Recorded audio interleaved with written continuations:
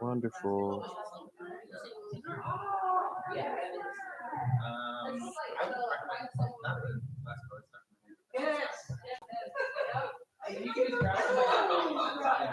V, can you see if the live is up on YouTube? Yeah. Wait, I got it. You keep doing that. Yeah.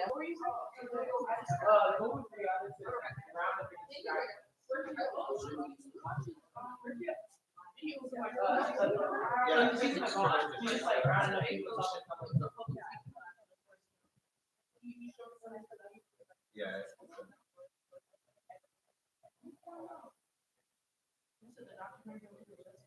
Well, the documentary does the skill set. This working. Yes. Hold on. Yes. Oh my God.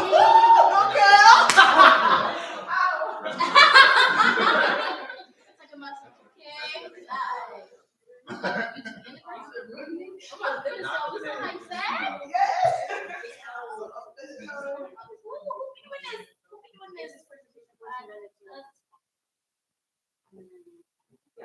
Like that was discussed. And you're just gonna sit here, so then once it's final stage, I was thinking of like, what should I do?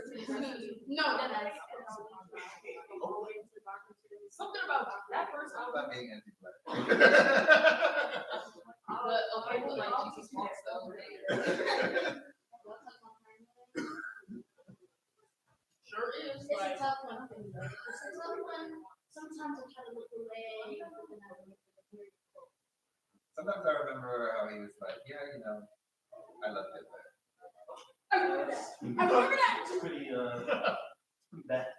Yeah, pretty bad. And then I remember Through the Wire. They made graduation. He did make got your hands up in the sky. Like, I don't know if you might I have should to put that on my graduation post.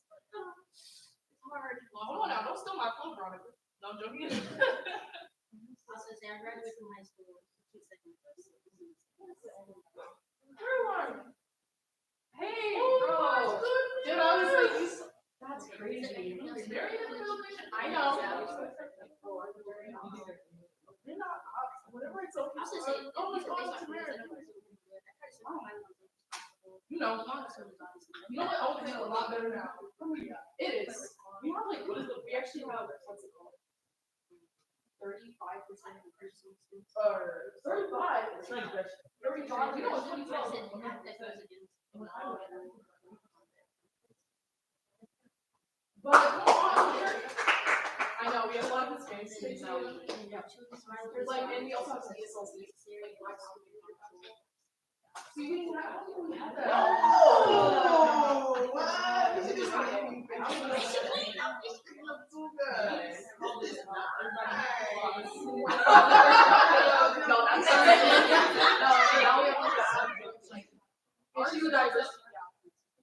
Oh wait, I see it. I heard she's now. I heard this episode now with Delta.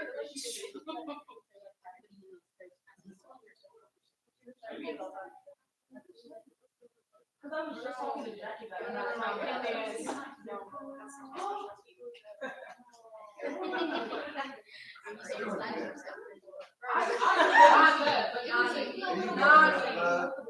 I try, if I can get the stuff together.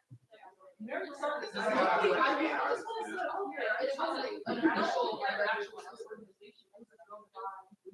Oh, Rihanna. She real sad, and then she got all the other like freshman year. She was like, you know, like it was professional, but she was a lot of the time. That's what we used to be. Y'all know the capital. Yeah, used to be a good study. Take your time. How that exam go? Yeah, I know. That's okay. Not as good as the first one, but I don't It's like, you know, that was a popular game. And it's more coming tonight. So I was gonna say, like, the first Don't one, tell nobody. so at least they were the first one. Yeah, you're not very organized because you remember. No, you never. Oh, what was her last name? Wait, did she use a name? Yeah, I think she said she was a girl. Yeah. So Duke was like one of the projects she did, and so it kind of just like launched back. Because well, it's here. You remember, yeah, so she was being on the team, and then it kind of just disbanded. It's not very organized, there's a lot of black pressure. I can show you, actually, yeah, let me show you. Because we was talking about my alma mater. It's narrative, it's narrative, does all of their diversity. It's already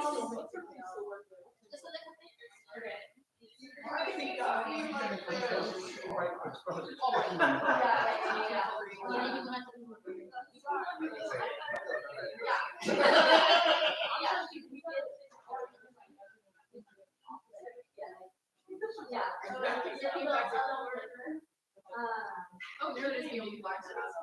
Yeah, yeah. And then maybe like, really?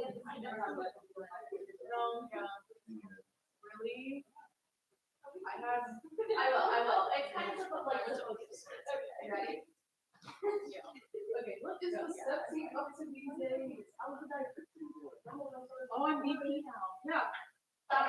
Where's my cousin? Wait, where's your cousin? Yeah. What? For real. Yeah, for real. I know. That's the only reason why I'm not married. That's only one. That's literally the I love it. I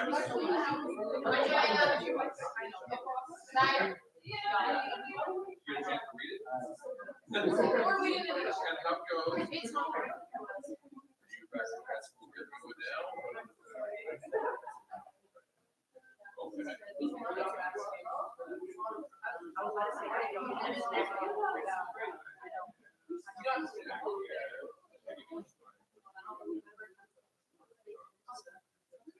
Oh, this is yeah.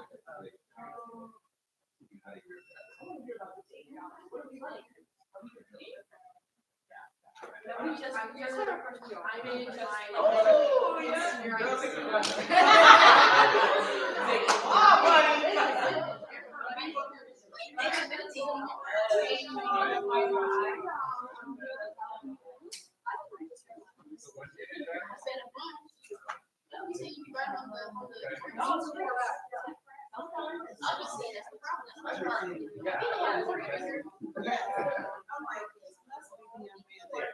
It's crazy. I love my outfits. You tried it out. Not right now. I'm like, on Amazon. Did I read it? Oh my God. Yeah, you're so right. Oh, but I have this already because she was like, yeah, she was like, I call her happy now. I just read it. It's a 50K.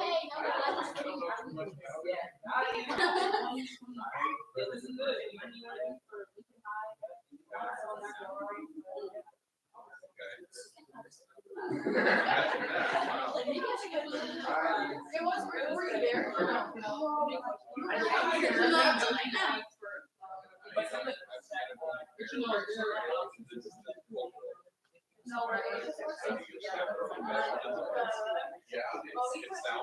Okay, but it doesn't matter.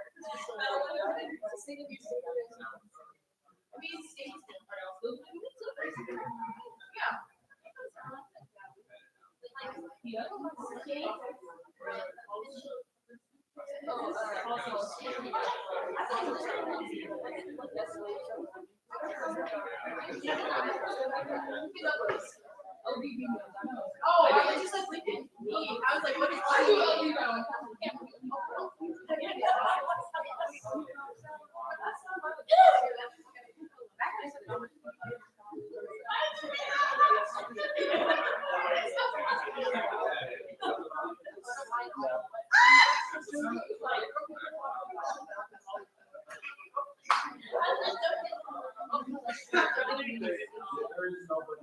Oh, okay. I was like, 2 hours.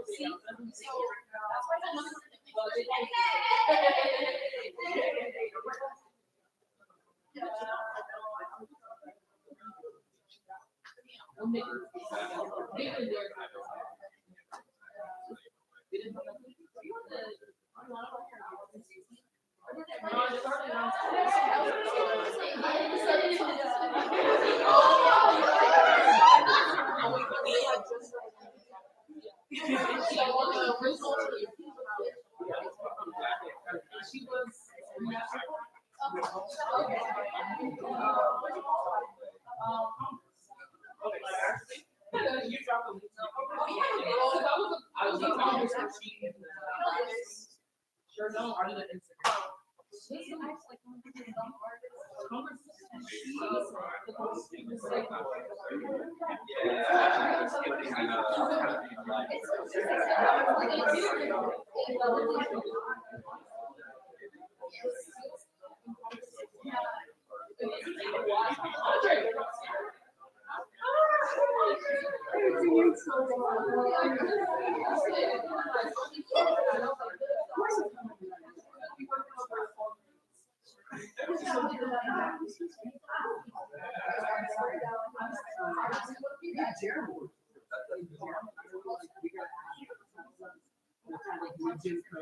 I know, I was like, ooh,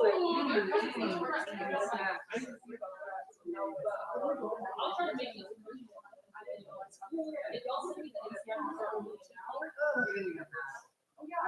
if you send me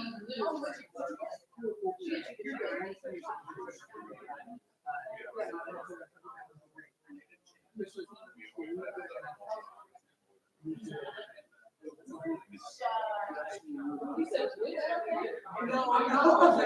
I need to act there. Oh, of course. That's it.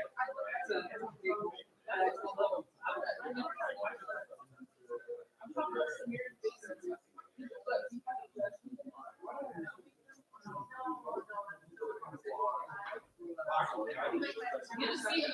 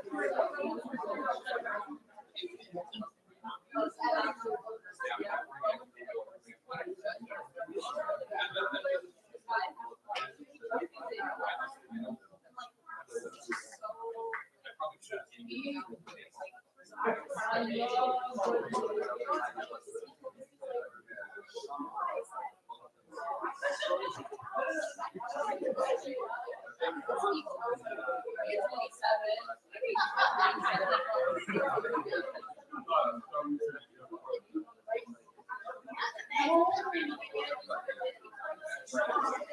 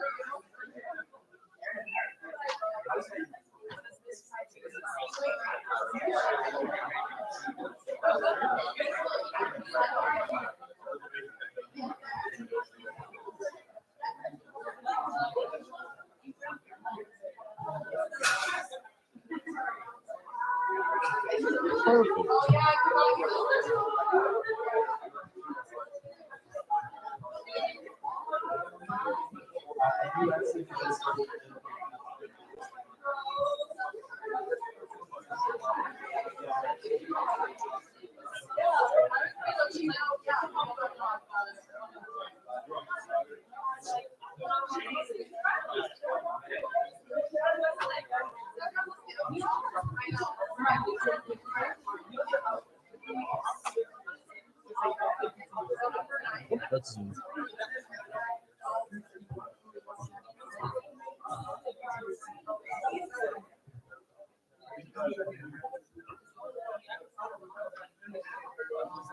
perfect, actually.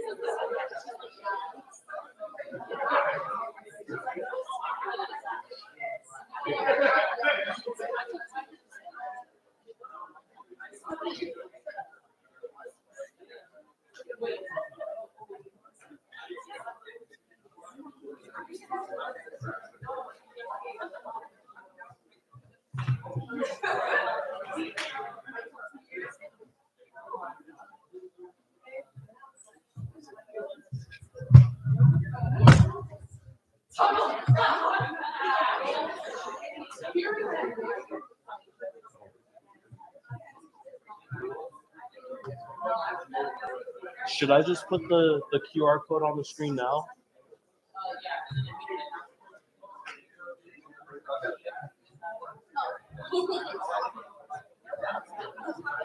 I do not catch the single one. The microphone's on. Okay. Hello everyone.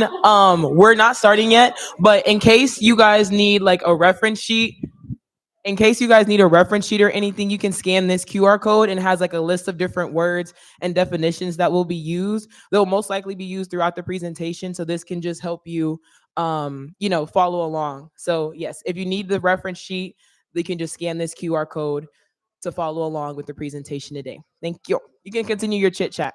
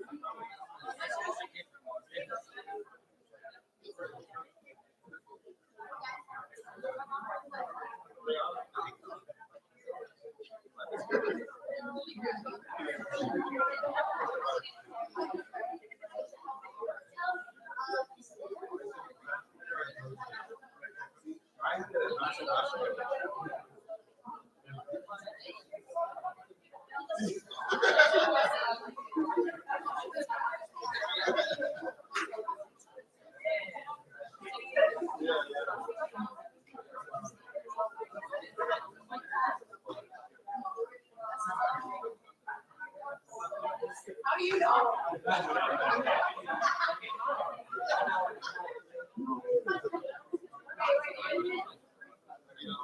Also, she like talks.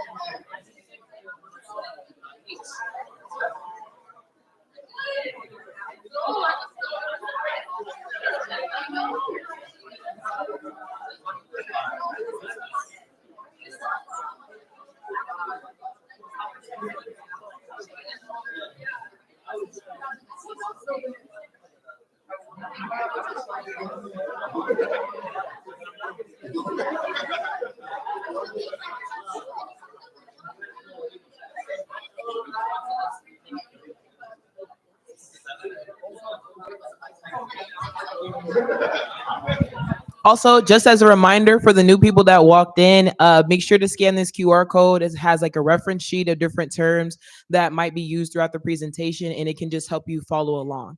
So if you haven't scanned this already, just go ahead and have that pulled up to help you follow along with the discussion today. You can keep talking. We haven't started yet.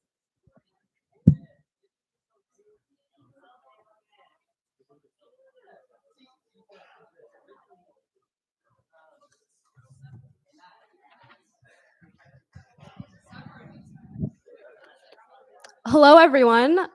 May we please be seated? We are about to begin. Thank you all very much. We would like to begin with the land acknowledgement. The University of Nebraska is a public land grant institution with campuses and programs across the state that reside on the past, present, and future homelands of the Pawnee, Ponca, Otto-Missouri, Omaha, Dakota, Lakota, Arapaho, Cheyenne, and Kaw peoples, as well as the relocated Ho-Chunk, Winnebago, Iowa, and Sac and Fox peoples. So hello, everyone. My name is Shad Khorshed, and I am the host for tonight's event. So please take this time to take out your phones to follow our Instagrams at UPC Nebraska to keep up with our upcoming events, and at UNL_APU to keep up with the African People's Union. So tonight we have a very special guest, Professor Frank B Wilderson III. Wilderson is an award-winning writer, poet, scholar, activist, and emerging filmmaker. He is professor and chair of African American Studies and a core faculty member of the Culture and Theory PhD program at UC Irvine. Wilderson's work is revolutionary in the realm of critical theory, Afro-Pessimism, and intersections of race and social justice. And his interdisciplinary work discusses the importance of understanding anti-Black violence and racism. Wilderson continues to shape the understanding of race, trauma, and liberation, making him a pivotal figure in contemporary critical thought. Wilderson will be giving a 45-minute lecture, followed by a 20-minute moderated Q&A, then a 20-minute live audience Q&A, and concluding with a 10-minute meet and greet. So please join us in welcoming Professor Wilderson.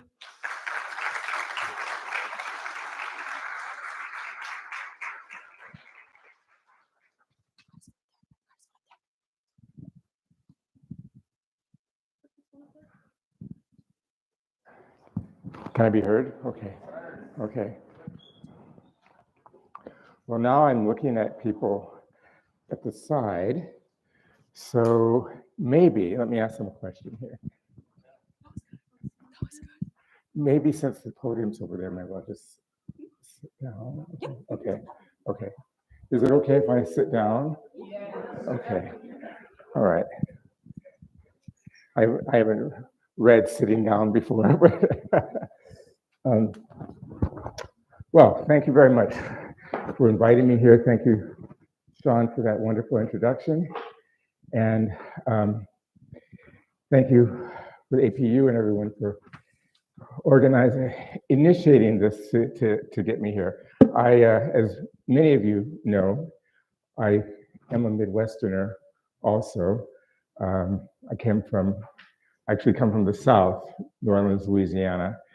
But at the age of 2 in 1958, we moved to Ann Arbor, Michigan, where my parents were in graduate school, and then ultimately in 1962 to Minneapolis, Minnesota, which is just due north here, 45-minute plane ride.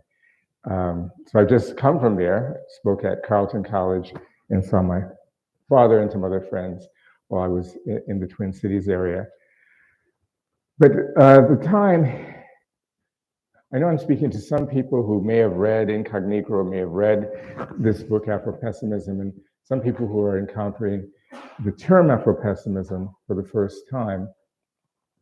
And so let me just say that I'll start off with a poem because this goes back to 1968.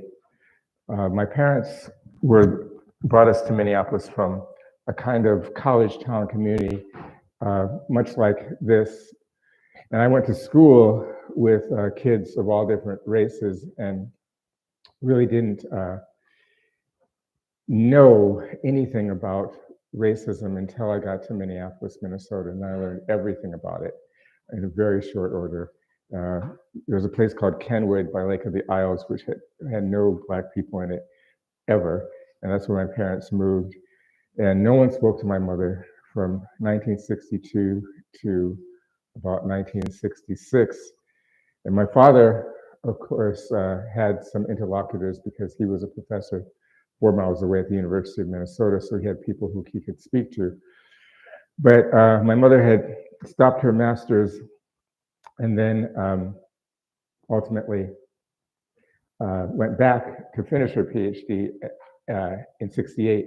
But she spent 6 years in a kind of isolation in what they call a good neighborhood.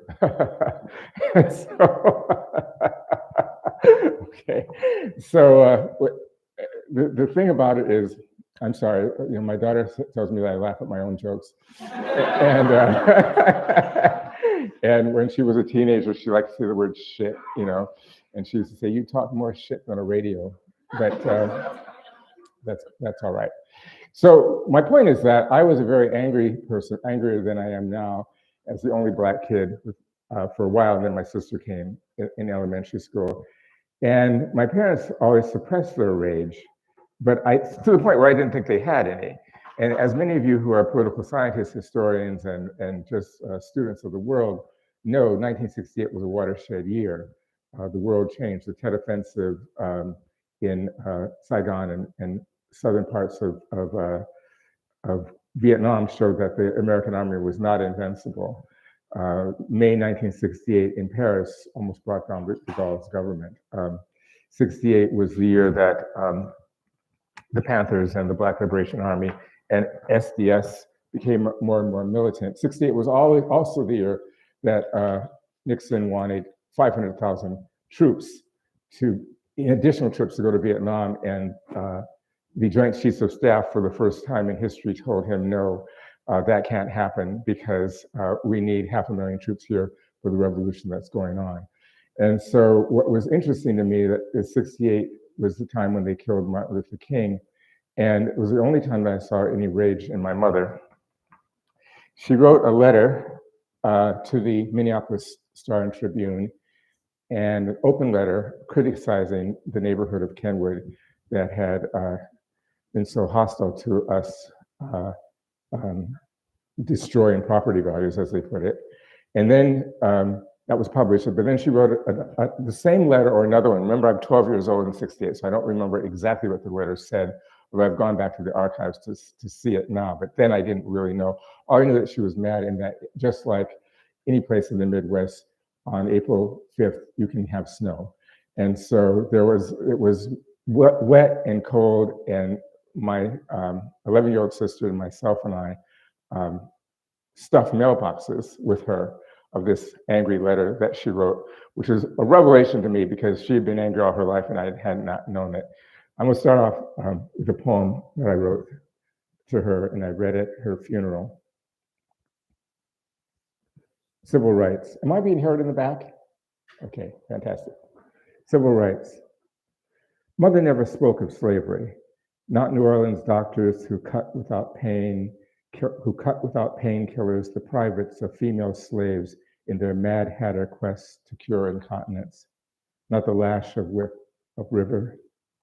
But when they killed Dr. Martin Luther King, she wrote every blue hair, blonde eye a letter. Like any spring of no reply, winter was late in leaving, and we were her only postage, my sister and I, walking end to end through the seep of slush and the push of wind. No one dabbed a crystal eye, for she would have no crying. So I'll use my 45 minutes after that poem now to share with you a section from my latest book,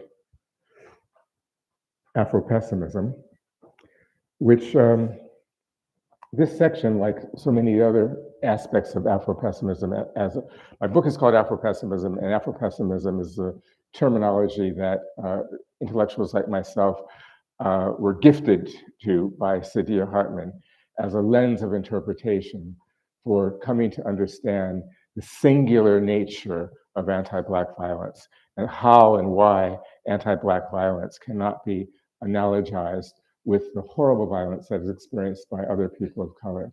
In other words, one of the critical interventions that Afro-Pessimism makes is to help us make a critical distinction between the word white supremacy and the phrase anti-Blackness.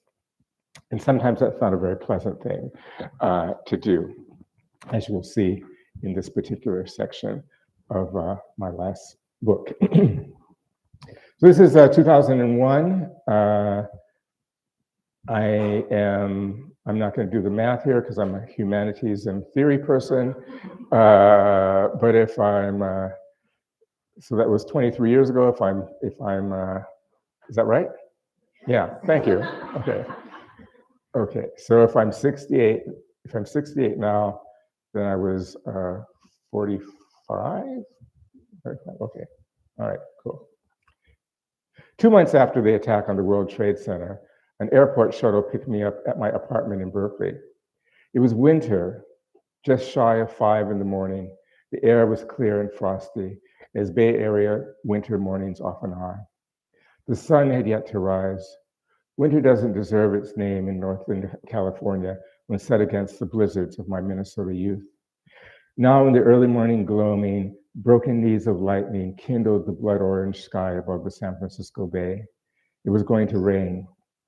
Standing beside his idling van, the South Asian driver asked me twice if I was the person going to the airport, as though the wrong person had somehow come out of the right complex, as though I called him under false pretenses, not to go to the airport at all, but simply to come out at that ungodly hour of 4:45 a.m.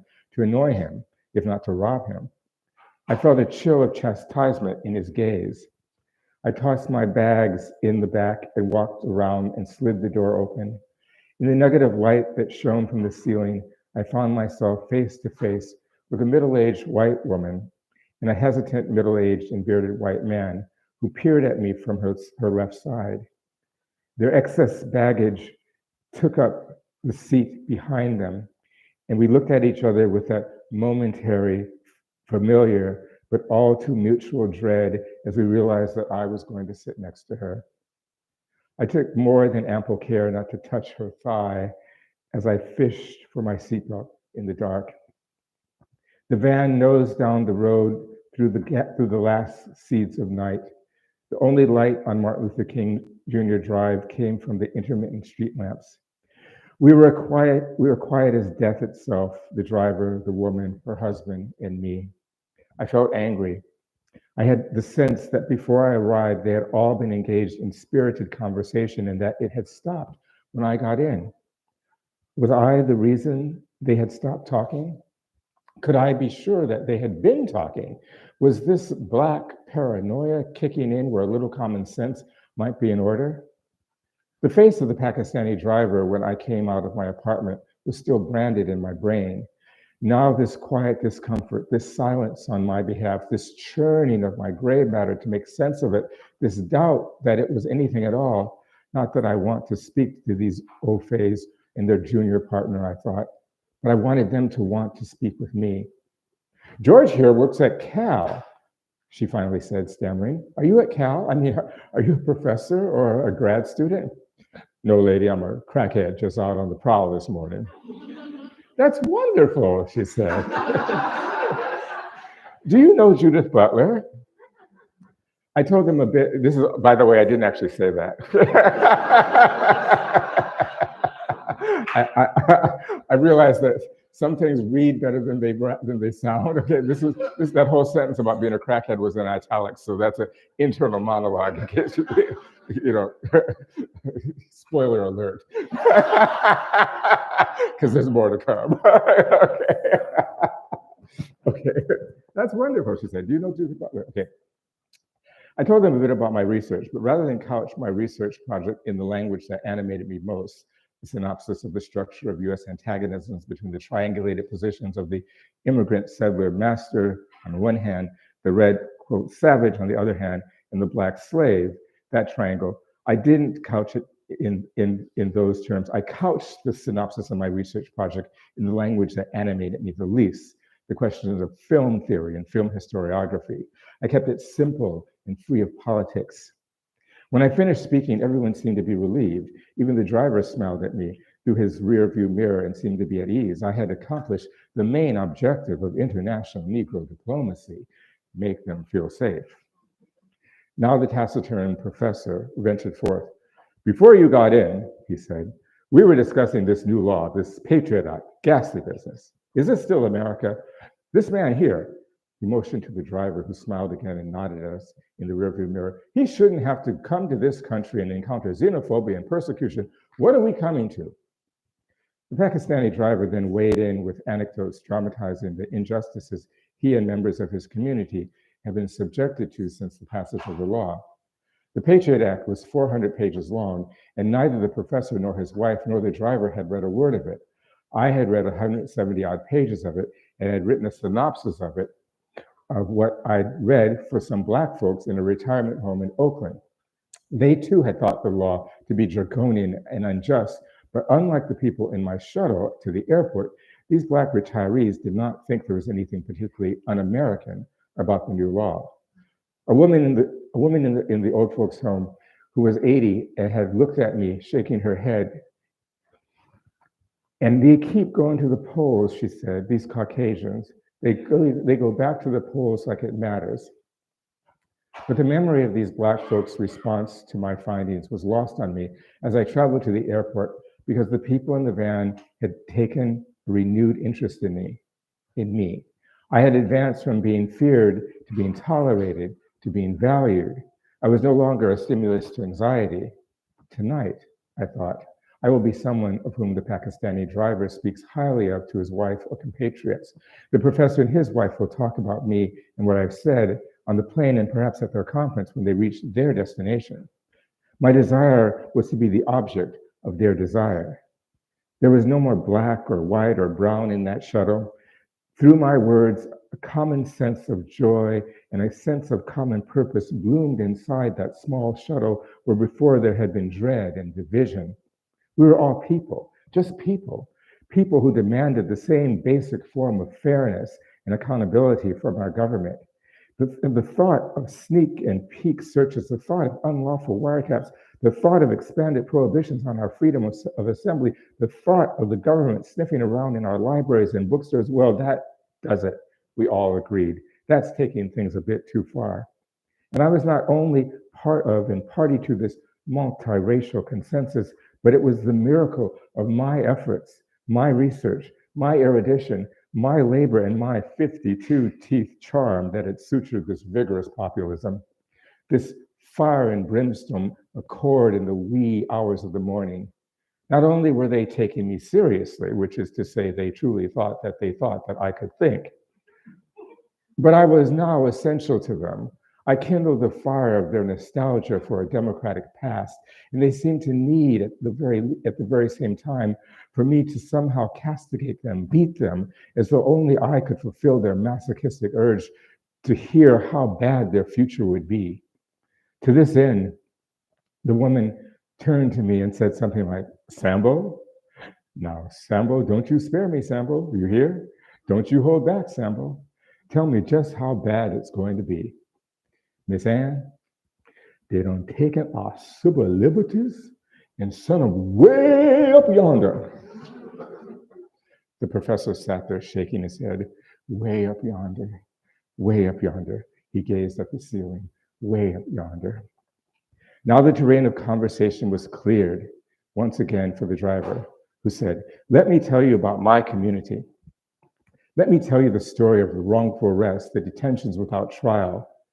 We listened to him from within the folds of our renewed faith in redemption. We were more than the mere collection of common interests. We were an intrepid coalition of affect. Our mood and our will meshed into a warm cloth of amens and ain't it a shames. The driver said, I don't know why I ever brought my family to this country. And before I could disentangle the structure of my unassimilable Blackness from the mesh and mush of multiracial affect, I said, me neither. But these words shredded our mood. The earth flipped. We all fell off. The drivers had said, "I don't know why I ever brought my family here." And I had responded, "Me neither." The van again was uncommonly quiet. It was as though a period had been placed in the middle of a sentence. The driver's eyes flashed at me in the rearview mirror. The white woman beside me shifted the way she had shifted when I first got in. My "me neither" was not being addressed. My "me neither" hung in the air like a faint but unquestionably foul odor, an unexpected but unattributable fart. To be sure, my odor had been emitted, but it had not been emitted in bad faith. I thought we were one. Surely they could live with my smell if I could live with theirs. So robustly had I been hailed by the South Asians' dilemmas of access to civil society and the good white folks' dilemmas of the relative elasticity or rigidity within civil society that I had forgotten the first fundamental international Negro principle of Negro diplomacy: make them feel safe. My presumed embodiment of the tenet of immigration, and that is the presumption that moving from the plantation to the city was a form of immigration, the presumption that I possess the constituent elements of filiation, my family moved from the plantation to the city, rather than the ruse of borrowed institutionality, and that I furthermore possess the constituent elements of volition and agency, as in the phrase, "I brought my family from the plantation to the city." All this, spoken in my "me neither," had somehow tampered with the safety upon which the triangulated goodwill and the warm feelings between what Jared Sexton calls the citizen, the non-citizen, and the anti-citizen depended. The white professor and his wife being the citizens, the Pakistani being the non-citizen, and me, the Black, being the anti-citizen. I had sutured the equilibrium of the universe through my recitation of the dreaded Patriot Act, and then, with the same ease and unthinking intuition, I had dared to threaten the equilibrium of that fragile universe by thinking a Black thought out loud. In their 30 seconds of silence, I felt my flesh peel away. With my two words, "me neither," I had fallen from grace. I had went from warm and fuzzy Sambo to W-E-B do to Black. The professor and his wife were ready for this ride to the airport to end. But the Pakistani driver had the same kind of new arrival fight in him that the couple had possessed 200 years ago when their white people were immigrants. He looked at me unsympathetically in his rearview mirror as if to say, "Did you make a mistake? An honest, innocent mistake? The kind of mistake anyone can make in the joy and euphoria of the moment, or were you fucking with us? Being a smartass whose sole intent was to shit on the inspiration of the personal pronoun we." His eyes flicked from the street ahead to my image in his mirror. Slowly and deliberately, he said, "Sometimes I want to pack my bags and go back home." No one spoke. No one even breathed. The engine groaned uneasily as we turned onto the exit ramp. I threw down the gauntlet. I sat up straight. I cleared my throat. "Yeah," I said, "me too." This time the smell was unmistakable. It was a stench of something burning, a field of cotton up in flames. Into this fire, the professor's wife rushed with the only water that she could find. "Being homesick," she said. "Now, there's a universal phenomenon.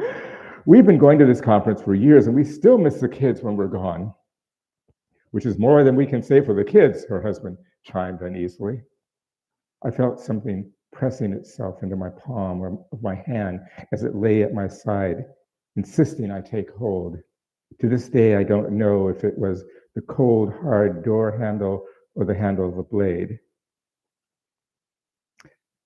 The shuttle that I took to the airport in the wake of 9/11 was a microcosm of a captive scenario where Blackness exists inside and beneath the specter of policing, thinly disguised as the work of social movements dedicated to the expansion and democratization of civil society. It shows how the libidinal economy of values, in other words, the access to institutionality, universal suffrage, unfettered mobility, etc., when set in motion, my social justice initiatives is predicated on the intensification of Black suffering and death. 4 people rode in that van that morning, but one of those 4 was subjugated by a regime of violence that bore no resemblance to the regimes of violence that subjugated the other 3. The people in the van policed my pain by bearing witness, police my bearing witness to the singular structure of anti-Black violence. Now, if you want to ratchet up the scale of abstraction of what that vignette was about, I'm going to finish off with an article that I'm from Minneapolis, as I said before, and about 3 years ago, 2021, the editor of The Nation magazine called me and he said, by the way, if you don't read The Nation, you should.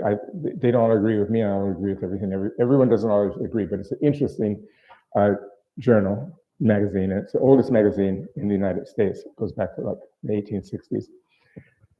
He said it's been a year since George Floyd was murdered in your city, which was generous because I wanted to get out of Minneapolis every moment of the day that I was there for 20 years. They call it my city, okay?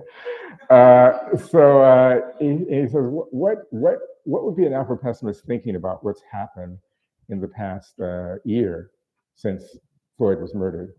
And you know, it's always hard figuring out how you're going to get into an article, especially when they want it to be short. This looks long, but it's all 14-point type, you know.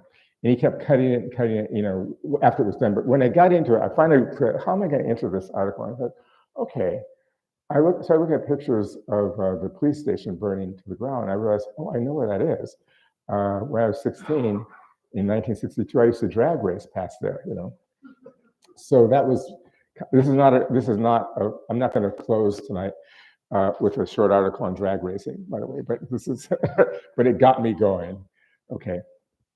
And if you want to read it yourself, because I'm not going to read, I've cut it somewhat.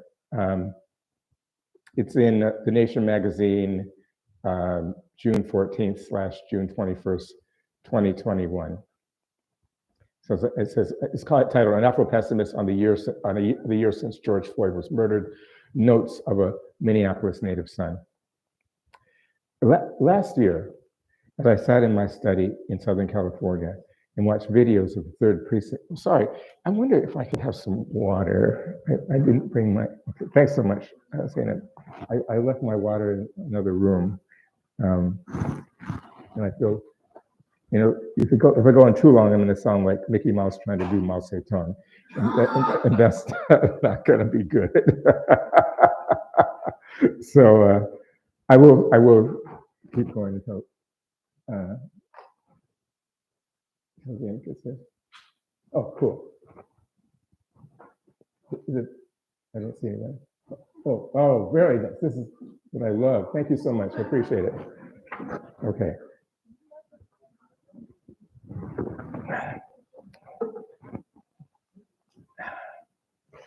Last year, as I sat in my study in Southern California and watched videos of the 3rd precincts of Minneapolis police station on Lake Street burning in the aftermath of the murder of George Floyd, a memory eddied up into flames. It's 1 or 2 in the morning. Lake Street runs like a deep scar down the southern arm of Minneapolis. I'm idling in my parents' green station wagon at a streetlight with 2 teammates from the football team, Marcus, Ray, and me. 3 black, intrepid, rusty butt boys out looking for a thrill. Curtis Mayfield croons "Freddie's Dead" in quadraphonic sound on the 8-flat Trayer.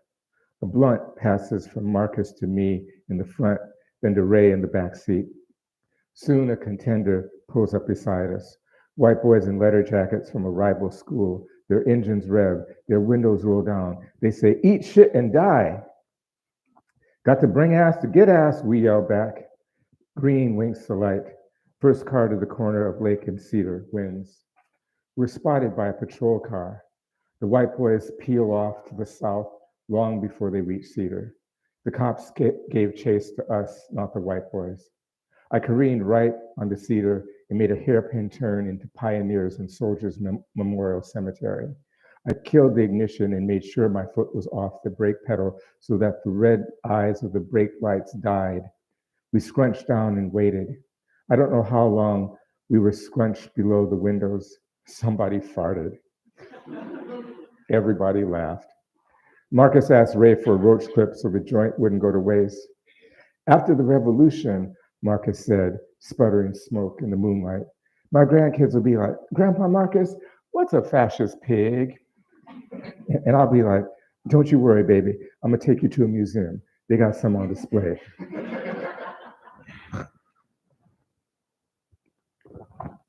Though we laughed at the joke, we also treasured its inevitability. A world with no 5-0, life as it would be after the revolution. In 1972, we thought of revolution as a question of when, in 5 years, 6 years, or maybe 8 on the outside, not if. Only the timeline was up for debate.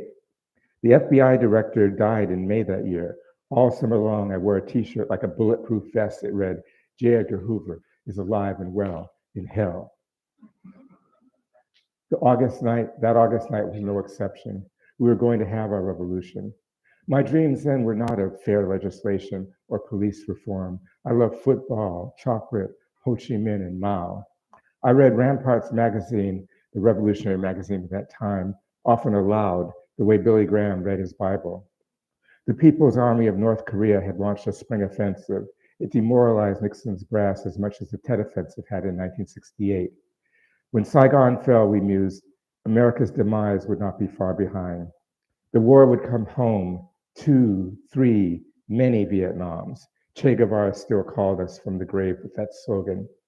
In 1972, a deep abiding sense that Black liberation was inextricably bound to anti-colonial struggles around the world and working class resistance at home went without saying for most people on the left, including that teenage boy who answered to my name.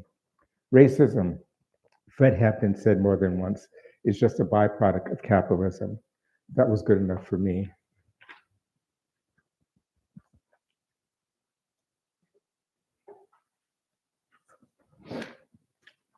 Now, from my coastline of old age, I see how the funeral procession of Black death that litters this landscape tells a different story.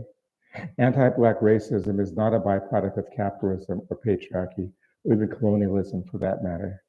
Nor is anti-Black racism in any way analogous to any other paradigm of oppression.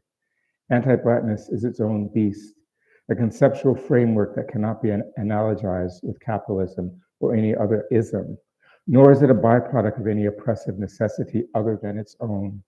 The need, however, to disavow the singularity of anti-Black violence and the impulse to disguise Black suffering and rage, that is to say, the need to characterize anti-Black violence as class oppression or even white supremacy for that matter, and the impulse to disguise Black suffering as exploitation of the working class or as a kind of suffering that's common to all people of color.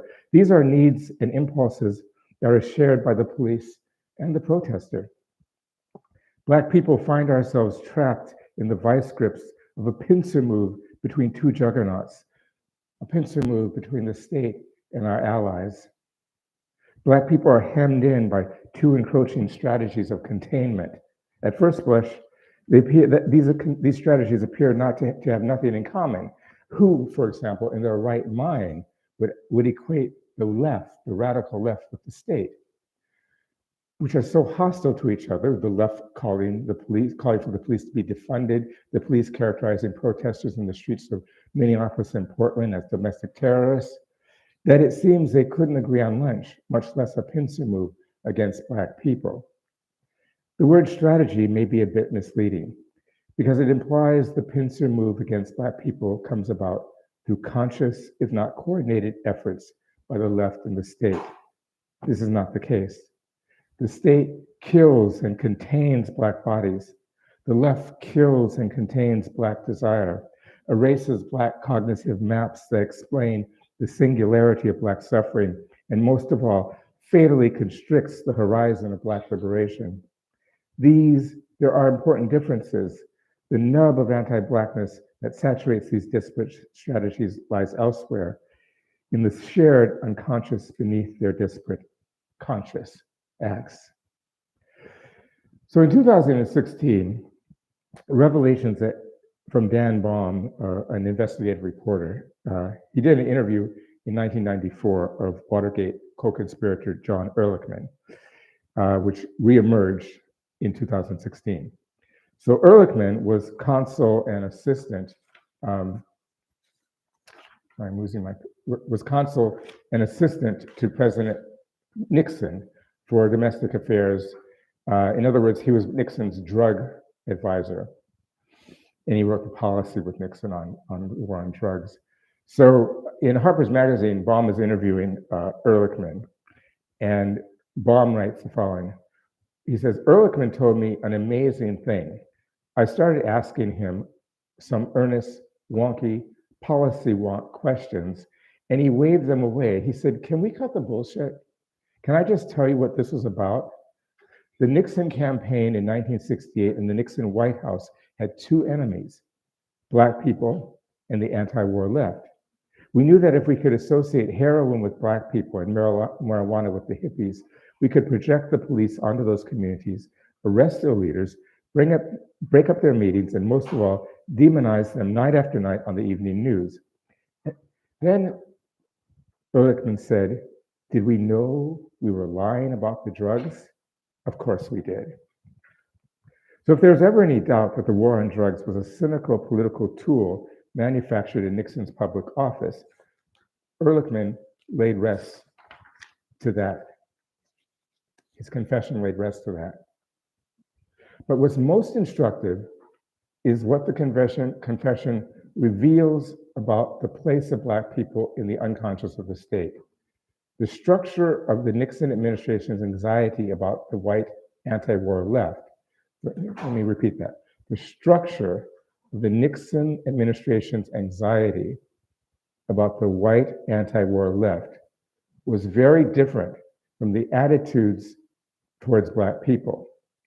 Nixon and his cronies were at war with the ideas of the anti-war white left, but they were not at war with the ideas of Black people. They were at war with the embodiment of Black people, the threatening presence of Black bodies. The besetting hopple of multiracial coalitions is manifest in the ways Black members become refugees of the coalition's universal agenda. In social movements dedicated, for example, to prison abolition, the distribution of topics, the distribution of concerns, the framing of issues, emphasis and tone, and the way that debate is bound within premises that are acceptable to non-Black coalition partners.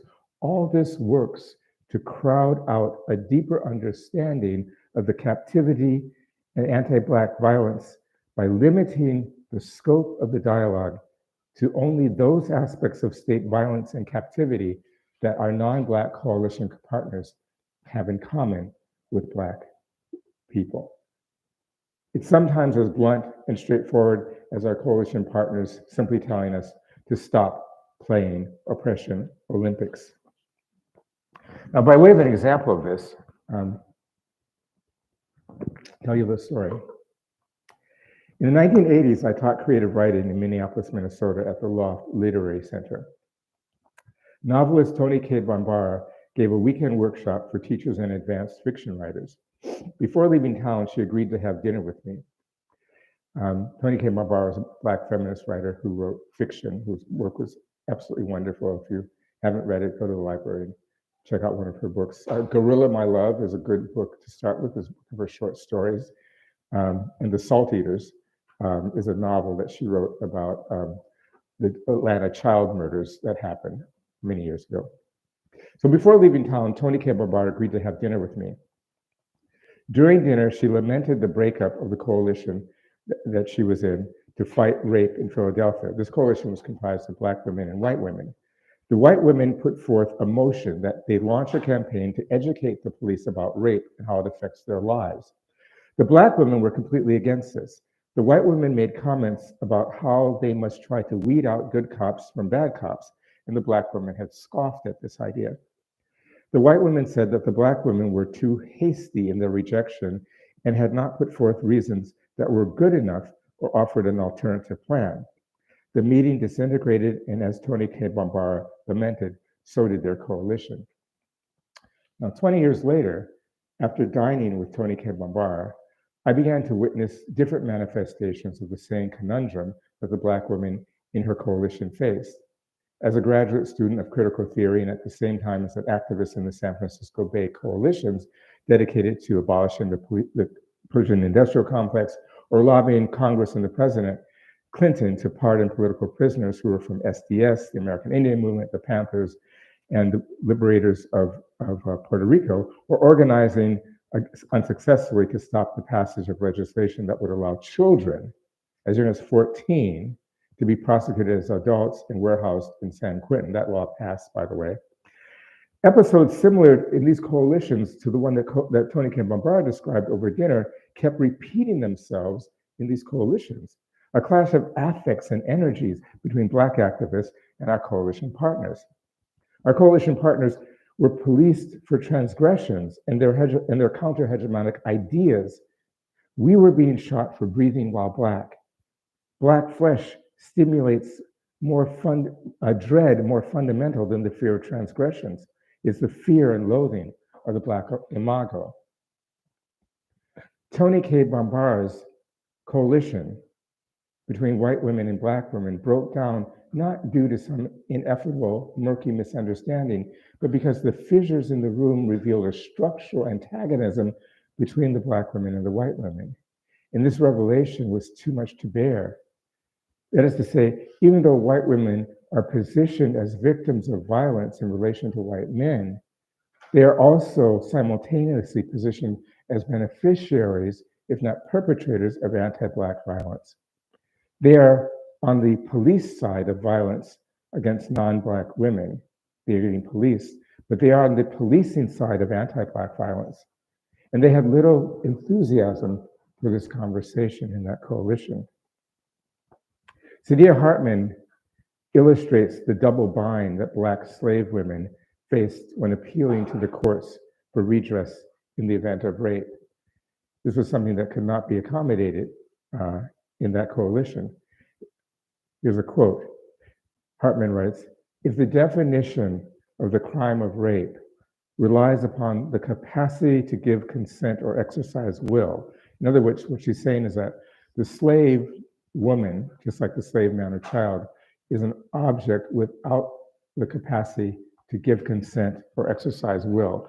And if rape is a violation of will, then this is a real issue that how do we think about this with respect to Blackness? If the definition of the crime of rape relies upon the capacity to give consent and exercise will, how does one make legible the sexual violation of the enslaved woman when that which would constitute the evidence of intentionality and thus evidence of the crime, the state of consent or willingness of the assailed, opens up a Pandora's box in which the subject formation and object constitution of the enslaved Black female are no less ponderous than the crime itself, or when the legal definition of the enslaved negates the very idea of reasonable resistance. In other words, how can an object resist its assault?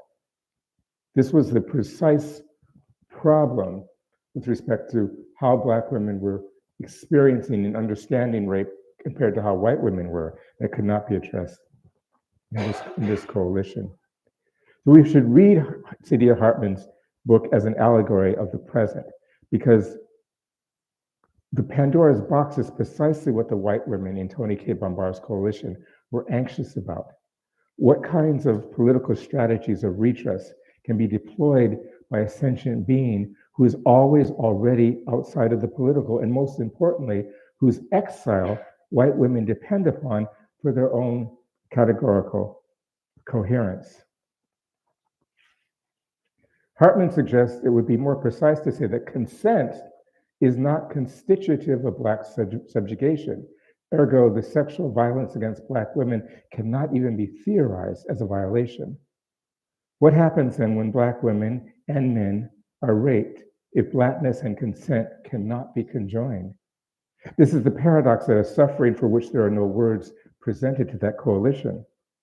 But coalitions typically are unwilling to entertain problems that arrive without solutions. The regime of violence that structures and saturates Blacks makes us fungible objects of accumulation rather than alienated subjects of exploitation.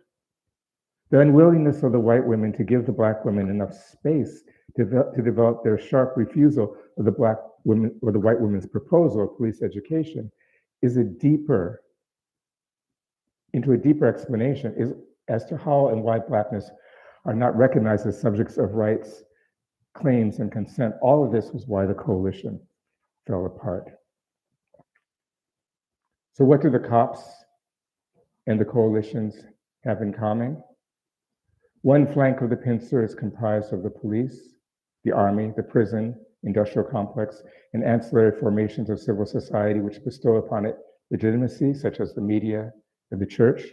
The opposite flank is the terror of our allies who dress us up as workers, women, gays, immigrants, or post-colonial subjects, mirror images of themselves that fulfill their need to disavow and impose the impulse to disguise the singularity of Black suffering. The stakes of this pincer move are high because they crowd out Black people's capacity to be captured by our own imaginations. Our allies' pincer move threatens the imagination and the enunciation of Black thought, and thus should not be trivialized as an ensemble of bad attitudes that can be overcome through dialogue. This prong of the pincer is as constitutive of anti-Black world as the police and the prisons. It doesn't simply kill or warehouse Black desire the way the state kills and warehouses the Black body, but it terrorizes us through an interdiction against Black performance, coupled with a demand for Black performance. The coalition craves and applauds Black energy, Black exuberance, Black righteous indignation in its protests, etc., as long as Black suffering doesn't tag along. In early June, as George Floyd was laid to rest, and the 3rd Precinct stood gutted on Lake Street where Marcus Ray and I had raced dreaming of a world with no 5-0, I could not believe what I saw in the news. Coalition partners from anarchists to socialists to non-Black supporters of Black Lives Matter to members of the Minneapolis City Council calling for the abolition of the police. My mind and my body surged with the same exuberance that 48 years ago had surged through the bones of a boy who loved football and chocolate, Ho Chi Minh and Mao. When Marcus had laughed, "Don't you worry, baby, I'm gonna take you to a museum. They got some on display." I grinned from ear to ear and thought, Marcus wasn't jiving, it's coming to pass. But within weeks, the joke and its inevitability slipped from my fingers like 4 decades of sand. For one hot summer moment, the cries of our allies had been authorized by the demand that Black suffering embodies. And their political desire was animated by a kind of Black desire that is normally crushed in pincer moves between them and the state. But that moment did not last. Abolish mutated into defund, defund melted into delay, and the zeitgeist shifted from unfettered Black rage to sober tutorials on activist websites and affinity gatherings on how to massage a message that was already massaged and win the hearts and minds of middle Americans as they watch us being gunned down on Instagram and the news. Black death, once again, was weaponized by our allies to incarcerate Black demands, kill Black desire, and soothe the psyches of everyone but us. I called neither Marcus nor my grandkid. I closed my eyes and tried to see that Black, intrepid, rusty-butt boy who answered to my name. I needed to recall his optimism and his smile before he felt the world kneeling on his neck.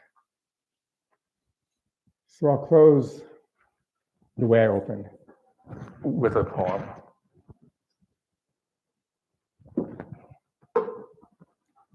This poem is called The Convocation of Conquest.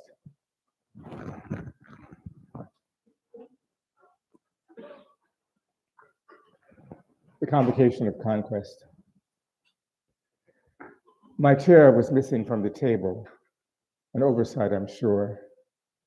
Standing there, I considered the distance we'd walked just to arrive, and the horses, apathetic to the prey of their riders, gaining in spite of themselves, with heads so enormous, cold mist from their nostrils fell upon the moon, upon you and me, and the men and women we took with us from the corners of sleep. One table, one people, one unnameable loss, and no place set even aside. Thank you.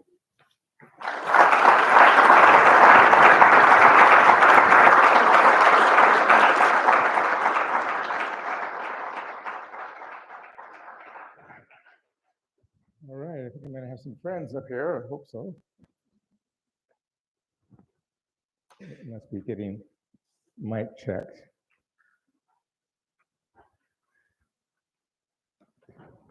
Oh, here they are. Okay.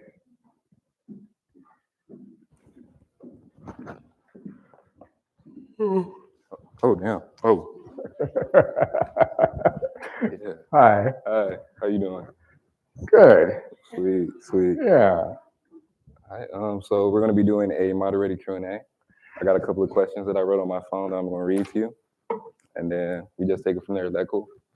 Anything you do is cool. Sweet, sweet. You don't know how to turn it on? Okay, so I might kind of. So before we start the Q&A, I just want to, and I talked to Professor Wilderson earlier, I want to give a heartfelt, a very passionate tribute to two of our heroes, Black Panther heroes who are from Omaha. David Rice, known as Mondo, and Edward Poindexter, who were spent the rest of their lives in NSP, Nebraska State Penitentiary, as a result of being accused and convicted of killing this police officer back in the 70s during their active time in the resistance of the Black Panther Party. So I just want to again renew the revolutionary spirit of Professor Wilderson and what he teaches us about Afro-Pessimism, and revolutionize our thinking about anti-Blackness, and particularly in the realm of ontology and existence. So, yeah. That's so important, yeah, because the Panthers really educated people like me. I was 13 in 69, 14 in 1970. Not here, of course, in Nebraska, but in Berkeley and in different places. They had after-school school.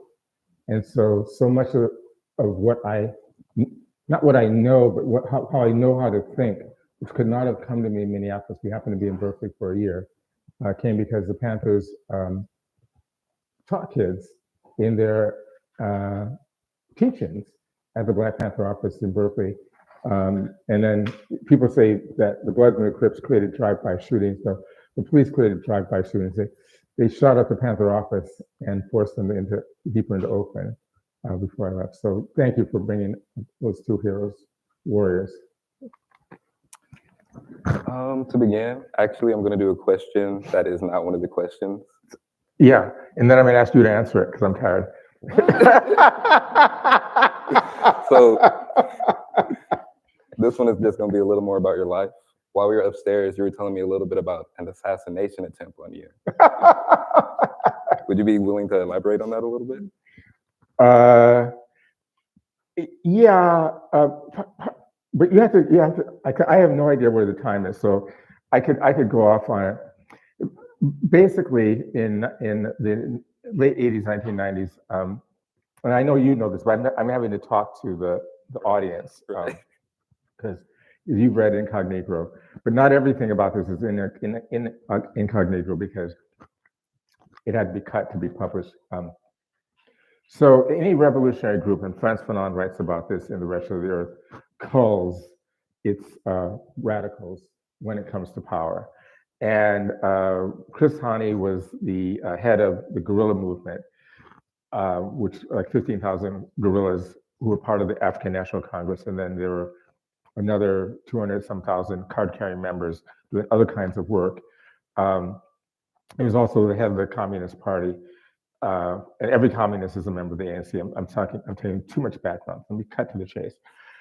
Basically, the internal divisions in the ANC during the late 80s and 90s were, what kind of African country are we going to be when we get it back from the Afrikaners and the British? Right. And the good work that had been done while Mandela was in prison was that we were going to de-link from the IMF and the World Bank, renege on the loans, to say we're not paying them, and because they were the loans of the apartheid white government, and we were going to only 11% of the land in South Africa can be farmed. 80% of that 11% was owned by white corporate farmers. Redistribute the land in such a way that we went do crop rotation, and not just wine and tobacco and grapes and that for the Western world, and think about South Africa as being a breadbasket for the African frontline states, Zimbabwe, Angola, etc. And those are all in the works. And we have socialism, we nationalized the banks, and Mandela's people, who had been in exiles in the United States, were not for that. I'm oversimplifying it to cut to the chase. And so there was a lot of internecine conflict, some of it led to violence, but mainly it was the violence of the moderates against the radicals. Right. And when we came to power, the guerrillas, urban and rural guerrillas, who did not have college education, because most people who do everybody's fighting, even in a revolution, are the uneducated, formerly uneducated ones, they needed to go into the army or the new police. And Mandela said anyone who sticks with a revolutionary project as a former Umkhonto we Sizwe guerrilla is not going to get a job. And I was in a cell of guerrillas who were all college students, except for one person. So we didn't really care. And I was in my 30s. Most guerrillas are like teens and 20s. Right. And so these young cats didn't even care. I played about 6 or 7 people. And so he had a coalition government. It was the old fascist right-wing apartheid government and the new revolutionary government formed a government together. And my view is that they worked to assassinate Chris Hani, the head of the guerrilla movement. There's a long story. Then they made a list of 10 people on the right that had to be assassinated in order to move towards a middle neoliberal future, and 10 people on the left that had to be assassinated. And I was one of those 10. And so when I say Mandela did this, he told Thabo Mbeki to work this out with the clerk, because like Ronald Reagan during the 8 Reagan years, Reagan slept through most of his presidency. Okay, he just said, "Get the communists out of Central America," and other people did the dirty work. So Mandela slept through most of his time out of prison. And so he just gave the okay, and this happened, and it was found out because they stupidly sent former white apartheid security agents who are now in the new government, CIA. It's called the NIA. They stupidly sent them around the country to find out what I had been saying at universities about what I just said. The Financial Times of London wrote an article about a speech I gave and said, until I'm dealt with, capitalists should not invest in South Africa. So, but they asked the white cat at an Afrikaans university about my movements, because to assassinate someone, they had to figure out what are his movements and what he's doing, And this cat was head of the student government, but he wasn't for apartheid. He was Afrikaans, and so he called the Mail and Guardian and told them what was going on. And the Mail and Guardian reporter Stefan Brunemer called the head of the NIA, Joan Conkel, who had been in the guerrilla Umkhonto Sizwe where I had been, but he had been way high up, and he got tricked by this investigative reporter into thinking that the reporter knew everything, reporter was just fishing, so he confessed. But he said we have to neutralize these people if we're going to move forward and have a kind of legacy, a relationship with the West. So that was it. Okay. You spoke a little about socialism just then. So how does Afro-Pessimism engage with like Marxist analysis and Euro-modernity? Well, I think that every Afro-pessimist theorist is also an anti-capitalist. Afro-pessimism, we believe that Afro-pessimism is not a discovery. It is that reality exists. Yeah, and it's an ear trumpet that listens to Black voices and suffering symptomatically, and then like a symptom is indexical, like a cough is a symptom, a weather vane is a symptom, and it points to something terrible or something not so terrible. A cough could point to tuberculosis, or it could be indexical of simply scratchy throat like I have. So we think that we've theorized the symptoms of Black speech to say that it's pointed to something much more systemically problematic than capitalist exploitation. So that Black people are exploited as workers, but they're also accumulated as objects. That doesn't stop in 1865, and that the non-Black worker can understand their humanity by knowing that the worst that can happen to me is being an exploited subject. I will never be cast as an accumulated object. And so it's a complicated thing, because there's a lot of Marxists. As a British journalist writing some nasty stuff about me, saying I'm a capitalist, I'm against. I teach the first volume of Capital. I've taught that for about 3 years, okay, as a potent, cogent, and right-on critique of bourgeois political economy. We make sure that every graduate student in culture and theory has to read the first 500 pages of Das Kapital, and they have to read they have to read Freud and Lacan in the next quarter, so they understood how value and structural oppression exists as a paradigmatic analysis. They're not just working off their feelings, they're not just working off what they see in the press, they're actually working on two paradigmatic analyses that produce cognitive maps. One says civil society is completely unethical because it is mapped as the family. Two, that's Freud and Lacan. Two, civil society is completely unethical because it is mapped as the exploitation of workers. Value is different than price. Value is the blood from human labor. So we're saying that those are right, but at the end of the day, the Black is cast outside affiliation.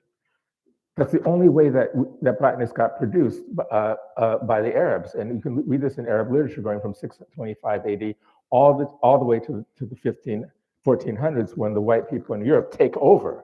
There's a lot that's different at the level of content, different level of the ways in which these two groups of people vamped on Africa, but the level of positionality, they both have made there's a consensus that this is a place of non-beings. This is Africa, from below the Sahara all the way to Cape Town. This is the place of non-place. This is, as the ecclesiastics, the priests said in their conference in Salamanca in 1525, the white man is rational, the white woman and the white child are irrational, and therefore, and we also see the Native American as the irrational. So these three subjects, Indian, white woman, white child, are degraded, low forms of humanity because they inhabit the irrational. But they could possibly, at least the white boy could become rational, and perhaps the native could be reformed. The whole Bureau of Indian Affairs way of projecting onto what they do on reservations is all about let's whiten the Indian. But then they went on to say the African is the non-rational. The African can never enter into the question of rationality because the African is not a subject of community. That is the shared consensus between the Arabs and the Europeans, and that is the shared consensus of today. So we're making a critique, which is not a condemnation, of socialism, which is to say that it doesn't actually think through Black suffering. And there are 8 times in the first 500 pages of Marx's Das Kapital where he actually mentions the slave. Remember, Marx worked in New York as a journalist for about 2 years, and he went to the South. I don't understand this. They're whipping people all night. How do they expect them to work the next day when their backs have been open at night you know, the question of productivity doesn't seem to be central because he doesn't understand the question of pleasure of mutilating Black bodies. That was the communal activity, the ritual of the mutilation was more constitutive of white community than the production of cotton. He didn't get it. So he keeps talking about the slave as a speaking implement. He doesn't understand what kind of value is being produced through violence against Black people. It's the value of white community. Okay. I gotta make my answer shorter. You know, I wanted to write some of that down, but I realized I left my pencil back there. So you're recording this. So the record, sweet. Okay. You can send it to the FBI. If I can, if I can piggyback on what. Can you hear you? Can you hear me? Wait, can y'all hear me? Sweet. Okay. Somehow the mic. Is my mic working? Okay. So yeah, can you hear me right now? Right. I was just following up on what Tristan said in terms of how the Black subject is not incorporated into humanity. A lot of people get confused about how do we reestablish the Black within the family of the human. And the problem with that is people are not able to think that the human subject is an unethical subject. Yeah. And so in that sense, how Afro-Pessimism as a mode of thinking that is against the world, essentially, against the paradigm of the world, think about slavery, because like there is this kind of like symptomatic speech where the slavery has always been there, has always happened. Black people are just like a certain iteration of that, rather than an Afro-pessimistic thinking where actually like there is a difference between slavery and anti-Blackness, and anti-Blackness or Blackness for that matter pollutes or contaminates slavery. So it's something kind of completely, you know, if you can, it's a very kind of like subtle. It's a hard thing to deal with. And but it's not hard to think if you can get beyond the emotions.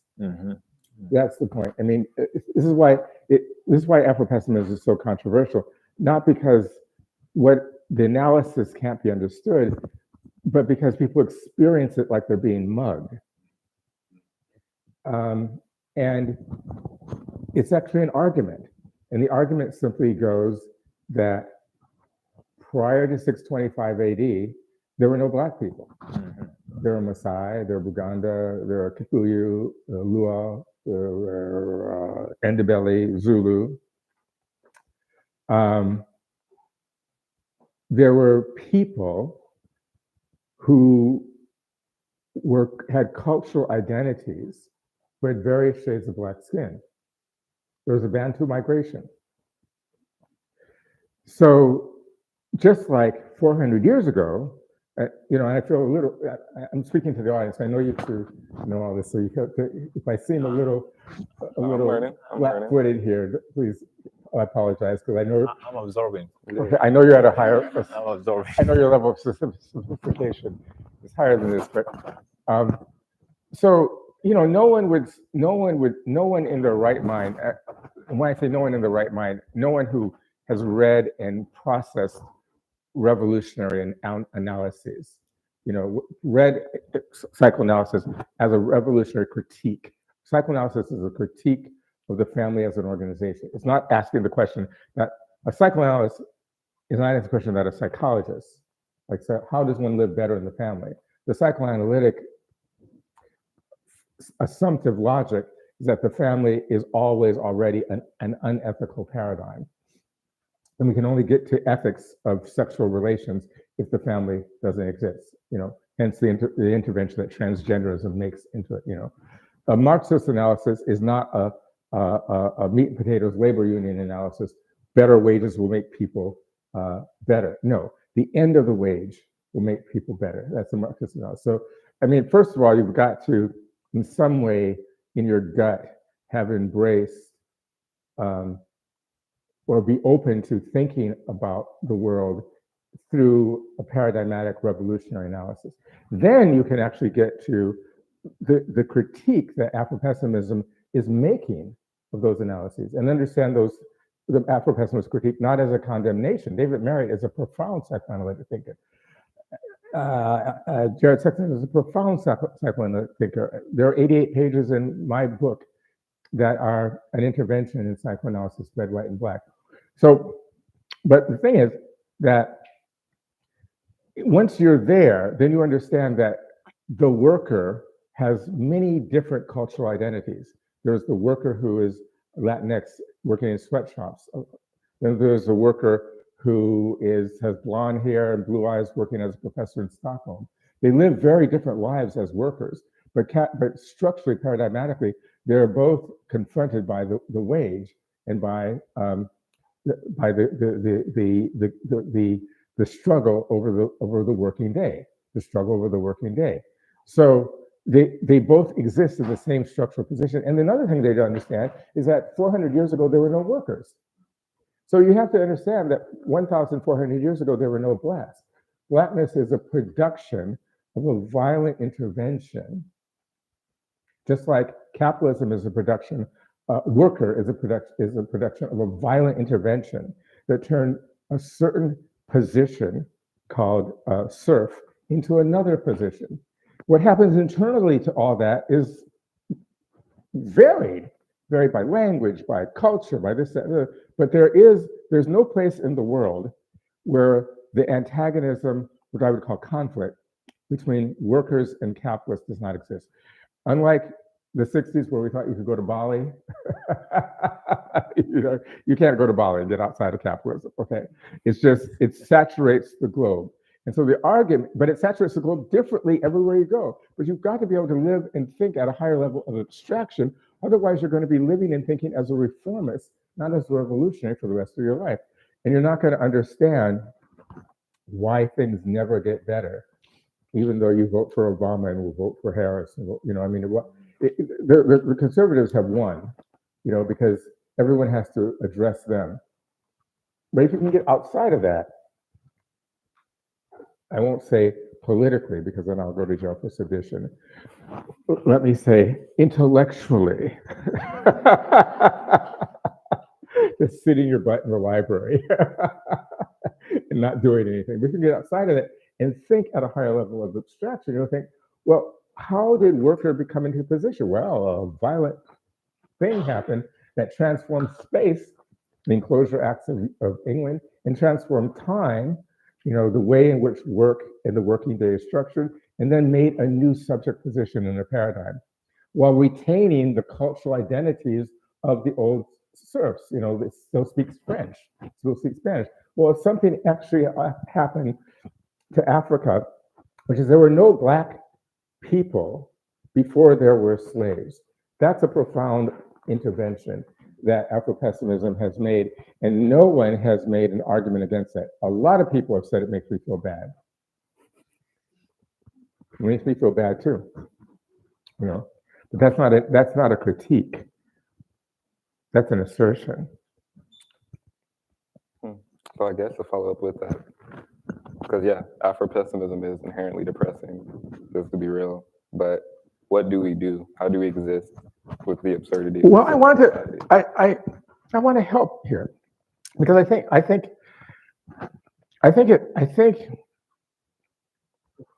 once you get to a place where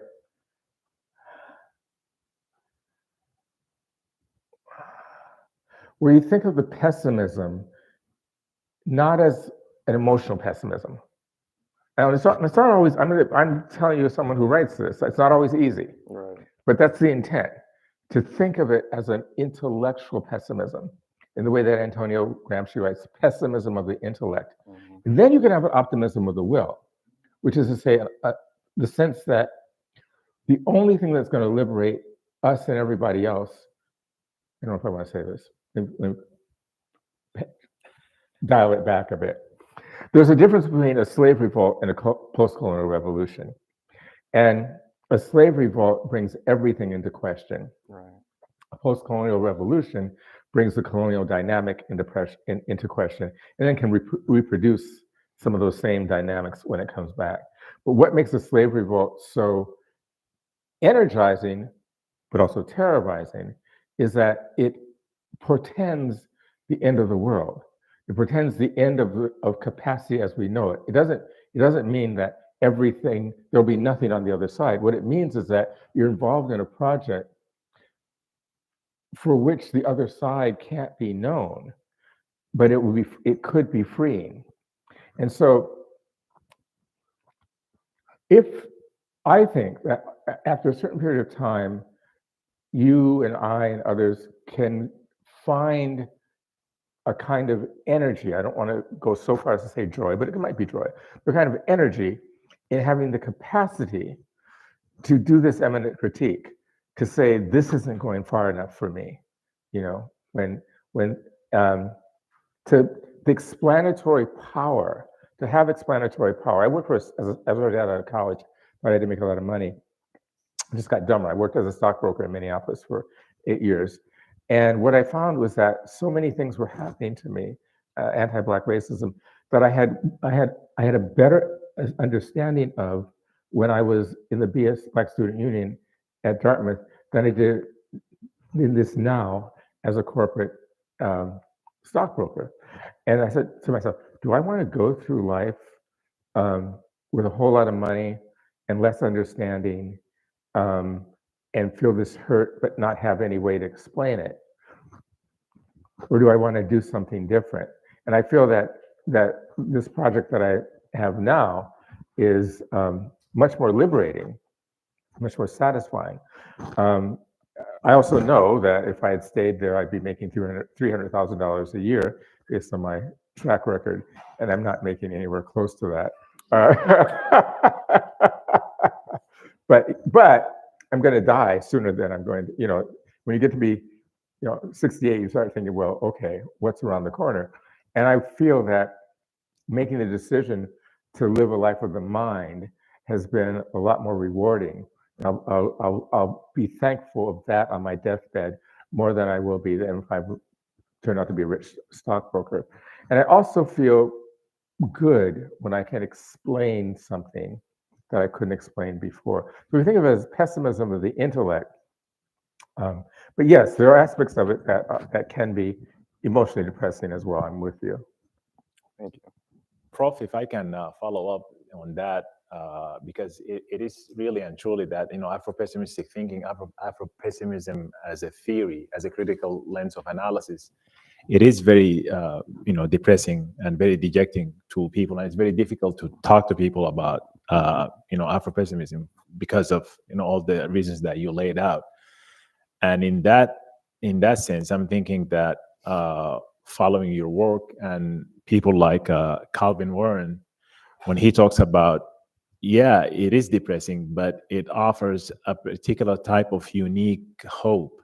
Mm-hmm. Unique hope because it revolts against the idea of the world. It revolts against knowledge. It revolts against the modalities of thinking itself. Yeah. So, and in that sense, I want to also tap onto something that you had with a discussion that you had with Salamawet Terefe in terms of causal speech, this idea of causal speech, where at the so-called end of the world, on the other side, there won't be any Black. Yes, that's important. And how that also relates to ontically speaking, ontically and phenomenologically, how the Black, in order to actually create life, the Black has to engage in a form of ontic whitening and also intellectual whitening, meaning that creating a figure of a mulatto that that has particular type of like ontological functions. Yeah. And also how that is echoed by for example, like Derek Bell, when he talks about like what would happen if we have taken all white people out of the equation, all black people out of the equation. So I want to reverse that metaphor and saying that what if we have taken all white people, exterminated all white people out of the picture? Would anti-blackness still exist? And the answer seems to be absolutely yes. Yeah. So like if you can speak to these metaphors. Well, I think you said it very well. But what I'll just add, for way of clarification, from my standpoint, is that the anti-blackness functions to position someone else as being of human capacity, and so I'm kind of running out of steam, but that's the best way that I can think of it. That on the other side, not only will there not be blacks, but there will not be humans. We have to remember that human is a semiotic term. It's not a real. It's like we have to be able to think that table, table. If I say let's table this discussion, and you threw this at me, you wouldn't be able to cross the bar of metaphor. Mm-hmm. These are all metaphors that exist as concepts. And so it wouldn't be like there'd be no people with flesh and blood on the other side. We would not have flesh and blood if there were no blacks, but there would be a new categorical dimension. And what is that? We don't know. Marx knew from his perspective it would be the proletariat, but this is so pervasive that we can't say. Do they want to open it for the audience? Is that what they're trying to do? Okay. Yes. Yeah, absolutely. Yeah. But I want you guys to, if you don't mind, I'll feel lost and lonely if you don't hang out with me. No, we'll hang out with you. We'll hang out with you. Okay. We got you, bro. We got you. So I can take questions from the audience now. Wow. Okay. All right. Whoa. Can I go down? Okay. Oh, sorry. So before we begin, I just want to say a big thank you to Tristan and Mohammed for engaging in a conversation with Professor Wilderson. Wow. Yeah. So we're going to open it up to the audience. We have 2 mic runners. So you guys can ask questions and we will alternate, and the mic runners will pass the mic to you.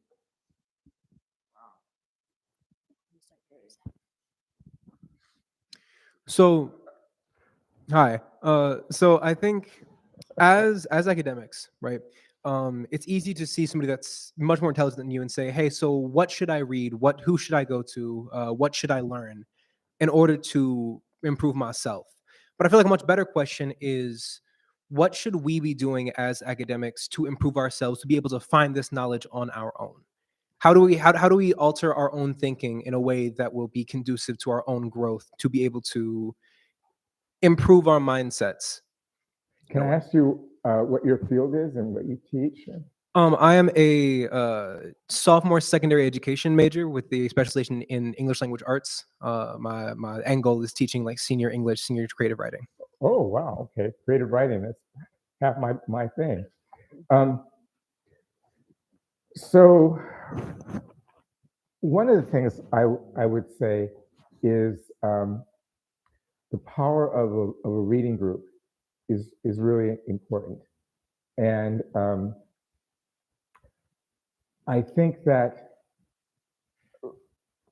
so to get specific with your question, because the other question I don't want to keep talking, but one of the things I would do is, with respect to Afro-Pessimism, I'll be the Oxford Dictionary of African American Studies has a whole entry on Afro-Pessimism that I wrote with Professor Salamawit Tarefe and Professor Patrice Douglas. And there are 3 sections on it. We wrote it a long time ago, but there's a whole book list with anecdotal bibliography there. I would start there. The other thing I would do is I wrote not to promote myself, but one of the reasons I wrote this book was to bring these ideas into trade bookstores like Barnes and Noble, so that people who are not theory bound and people who are not like graduate students can actually begin to engage in Afro-Pessimism. The one thing about reading the book is that there's a glossary. Actually, it's footnoted, but because it's a popular book for the masses, it's not, the footnotes aren't numbered. So if you come across a phrase that you don't understand anything about, in the back, it will typically be explained the way it would be a footnote, but it's kind of embedded. So that would be a start, because this book also has the quotations from a number of key people to read, like David Marriott, who wrote a thin little book, but it just blew my mind as a grad student, called On Black Men, in which he discusses how the lynching ritual should be understood as a ritual that produces white community, as opposed to thought of as a form of violent discrimination. Saidiya Hartman's first book, Scenes of Subjection, which uses case studies about Black female slaves to explain the structure of anti-Black violence, not just a historical case study. And so I would do that, but the thing about it is, also my website, Frank B Wilderson III, I've got a book list there. But the thing I would do is when I first came to UCI, Jared Sexton and I had a reading group of you call it APU, it was called the Black Student Union. And they were a highly depoliticized group. And rather than say you should be revolutionaries, we just every Wednesday met with them and gave them articles and things to read. And within a year, 12 of them ran as a slate and won the executive positions on the DSU, and said that we're now going to think analytically as a Black student union. They became the most radical Black student union of the 9 campuses, which you would think Berkeley would be, but UC Irvine became that. And they then began to understand the university as an industrial complex, as opposed to simply a school. So reading groups are really, really important. And why they're important is because one of the moves that J. Edgar Hoover made was to raid beauty salons and barbershops in Harlem and places, and lots of places like that, because in the back of these places, there were all these books of Black novels and Black revolutionary literature that people in the community were just reading as though these places were libraries. And so they clamped down on that, and that had a great effect on the struggle. Thank you though, I'm going to keep going, and there are more people who want to speak, so I need to, I'll be shorter, I promise to be shorter. Hello, Dr. Wilderson. First, I'd like to thank you as a member of the debate community. Many debaters are here. Debaters! Yeah, shout out debaters. We just want to thank you. You're one of the many reasons why I have a job in higher education. So with that compliment out the way, I'm going to ask a rather antagonistic question. Let's shoot pedagogic move. Go right ahead. Exactly. I'm curious how you respond to criticisms that you've defanged 1960s Black radicalism and just recuperated it for like a ivory tower audience. One specific inflammatory quote that I encountered in my career was, "There's a reason Wilderson has tenure and Fred Hampton was shot in his bed." How do you respond to antagonistic statements such as this? And do you view your scholarship as a threat to the empire? And if so, thank you so much though. Deeply appreciate all the work you've done. And that from the bottom of my heart. Oh yeah, of course. Well, I mean, if you're not asking it, someone else is asking it. Well, the first thing I would do is say, pick a finger, you know, and I say, I'll give you a little hint. It's not this finger, okay?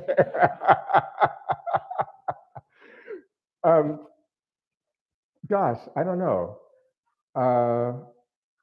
It's like I should mumble and not have a job. I don't, you know, it's, the fact of the matter is that I got where I am. I'm what's called Chancellor's Professor of African American Studies. and it's a named professor. They have many different names for high-ranking professors here as well. There are only about 53 of them at UC Irvine out of 3,000 professors. I didn't get there by kissing ass, okay?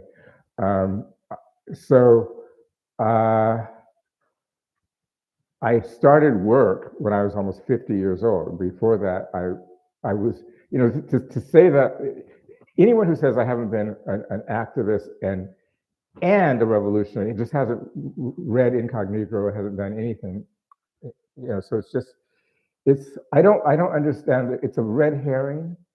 It's not a legitimate critique. It's an ad hominem attack. It's just not true. I mean, I was denied a job. I was offered a job, a big job, right out of grad school at Hamilton University, Hamilton College in upstate New York, because it's private.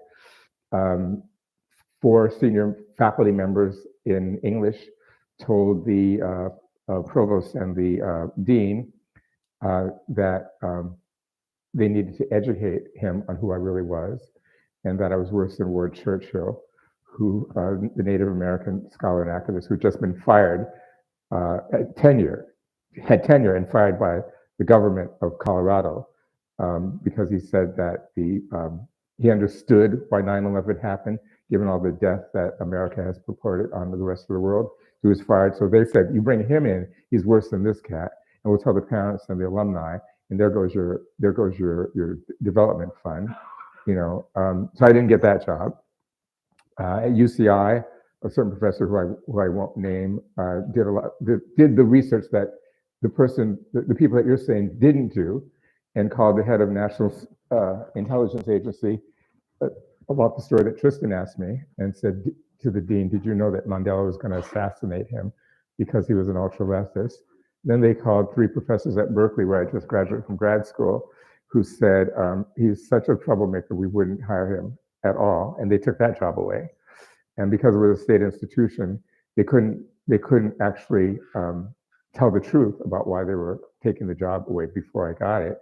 So they said he lied on his CV, that Samuel L. Jackson never performed his work off Broadway at the Negro Ensemble. That was a lie. That he was never elected, he was never the second American to hold elected office in the African National Congress. That was a lie. Nadine Gordimer, the Nobel laureate for literature, was not his friend. She was my drinking buddy, by the way. She was not his friend, and she did not nominate him to take her place on the executive of the Congress of South African Writers in Johannesburg. That was a lie. And that he was never in the underground. So the thing is, because what they really were saying is that he's too politically subversive for us to hire, but you can't make that statement at a state school. The last time that was made was when Ronald Reagan fired Angela Davis 10 years ago. So it's a very difficult thing to do. So, you know, I threw lawyers at him, which I couldn't do at a private school, you know, and at the end of the day, it was just a stupid move, because the whole thing on Samuel L. Jackson performing my work at the Negro Ensemble was on HBO. And it was an award ceremony for the Maya Angelou Award for Best Fiction that dramatizes the Black experience in America. And Denzel Washington and Felicia Rashad gave me a $2,000 check in this televised award ceremony. The fact that I was an elected official at the sub-regional level, a person from the ANC in the government wrote a letter about that. Nadine Gordimer's nominating me for the Congress of South African Writers. These are all activist jobs, you know, in a time when there are 200 political murders per month, okay? And I was part of a violent resistance to that, and a nonviolent resistance to that, you know. So people, I'm not an activist, I'm an ivory tower, you know, that's just my, so, you know, first of all, I had a letter from Nadine Gordimer before she died about my work. Second of all, a woman who would later become my wife had been on sabbatical in South Africa at that time, and she had a journal which recorded the entire process of the annual Congress that elected me, where I got 99 out of 100 delegate votes. And that could not be made up because it was a handwritten journal from 1992 on either side were different parts of where she'd been in South Africa and then where she went afterwards. So, and I wasn't going to give them the names of the people who were my handlers in the underground because I had not written Incognito yet, and I bounced the idea off them, and they said, "Hell no, you can't write that book," especially the chapter on when they bombed the Conservative Party headquarters, and I did propaganda work for that.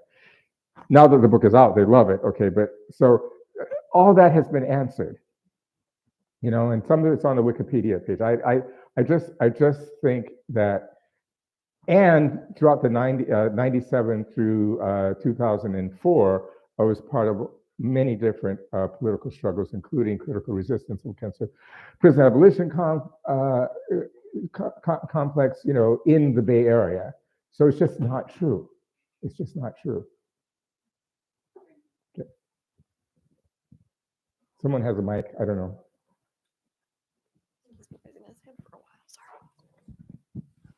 Again, thank you for doing this. This is fantastic. So my question relates to defining Blackness for us. So, you know, Biko in South Africa, Steve Biko, for him, Black consciousness is not just people who are Africans. Yeah. But I was wondering if your argument is situated specifically in the American context, and how, if so, like, how is it in sort of conversation with an idea that specifically is focused on joy, as opposed to. It doesn't care about joy. It doesn't want you to not have joy. Mm-hmm. It's an analysis. Right, of course. So, but with respect to Biko, I mean, and it goes back to my time in South Africa. So there is a book called Biko Lives, and I won't go. First of all, I've been writing fiction for the past year, so my theoretical knife is a bit dull right now. But in this book called Biko Lives, I actually wrote an assessment, not a critique, because I love Biko, but an assessment of how Biko is thinking Blackness differently, kind of culturally, but also that Biko is not my enemy, and that Biko was not killed or horsed by his own petard. I'm not saying because he thought differently, because he couldn't think Blackness as a structural position, he then was the agent of his own murder. No, he was murdered by the state. But I also want to say that from 1999 through today, even there's a mass organization called Black First, Land First. They may have changed their name in South Africa, who are reading Afro-Pessimism as a way of thinking structural violence in South Africa, not as a way of thinking cultural identity. And that's the key point.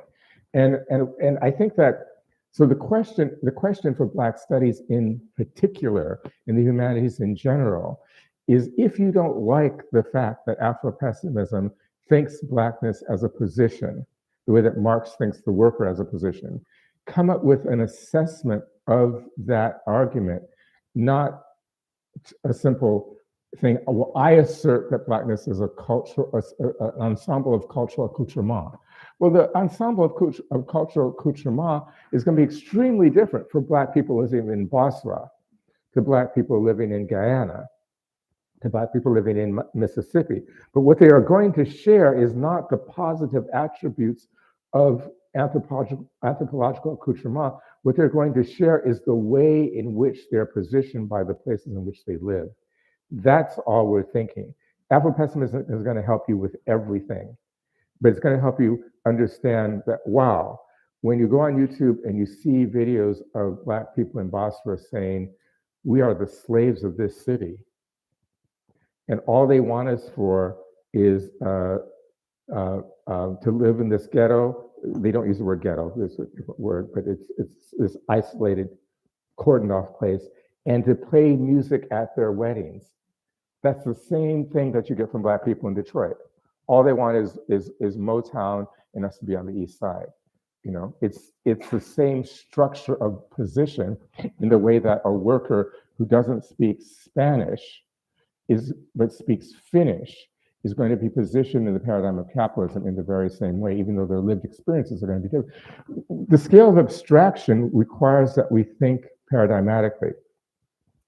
And my argument, my retort to someone who says it's profoundly American is, well, why the hell do I get invited to Vienna, to Berlin, to London, to Cape Town and Johannesburg to do Afro-pessimist workshops? I didn't invite myself, okay, number one. And number two, can you please show me where Blackness existed prior to the Arabs vamping on the east part of Africa? Can you show me a Black person? Just like, can you show me a worker before capitalism? You cannot. So these are all symptomatic emotional responses to a highly sophisticated, if I don't mind saying that myself, mode of analysis. Okay. Okay. I said I've been trying to make it short. I am. Okay. So I think someone down here is. Sorry. Oh, they're doing it.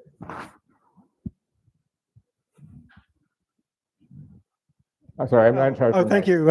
I'll take a little senior privilege here. I'm 75 myself. Okay. Anybody heard of the African American Collegiate Society?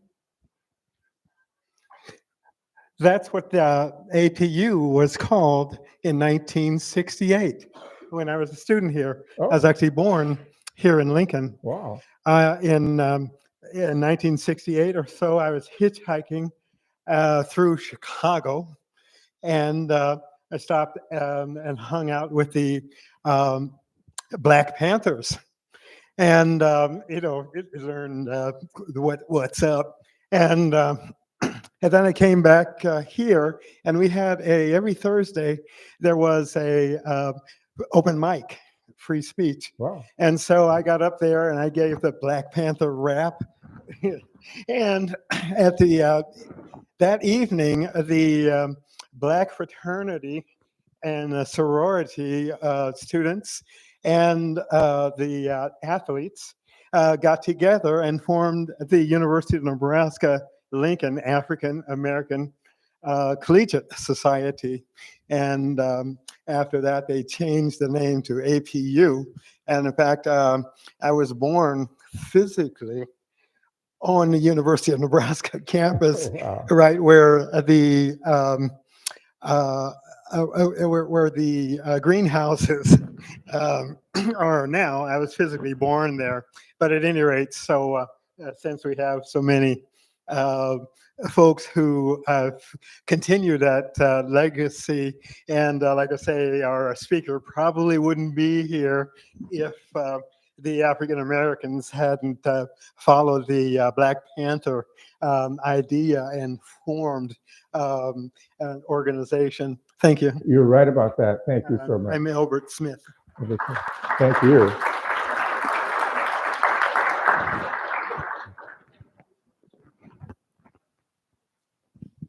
Okay, hi. I want to say thank you for the very enlightening discussions today. My question is about colorism within the Black community. Do you see that as Black people being complicit and also like being anti-Black against other Black people? Yes and no. I mean, I think that Hortense Spillers is a Black feminist writer who, and now I'm having a senior moment, but she wrote a book called Red, Black, White, and in Color. And in one of the chapters, and then Jared Sexton wrote a book on called Amalgamation Schemes on multiracialism, which is, and basically he's taken on the idea of what it means for people to have this new identity as not Black and not white because they have two parents, you know, one is Black and one is white. And so my point is that I don't blame Black people for the ugly or hurtful interactions that come as a result of colorism, but I don't promote it either. You know, I mean, I come originally from New Orleans, where in order to get into a sorority, you know, my mother had to have a brown paper bag placed next to her head and face, and anyone who was darker than a brown paper bag could not get into these sororities. But in order to think about this, we have to, what Hortense Pillars is trying to get us to understand is that the idea of the in-between figure who is not of Africa but not of white is a hegemonic intervention of the white paradigmatic powers into the Black community, a form of imposed division that we then take up. You know, and and I hear you, our taking this up is problematic, but we need to understand this as a kind of wedge that is imposed for the needs of stability and repression, and that's part of her argument. So that's how I would begin to think about it. It's a very complex thing, but I would look at Hortense Spiller's book, and I can't remember the exact chapter, I'm sorry, but everything that she writes there is wonderful.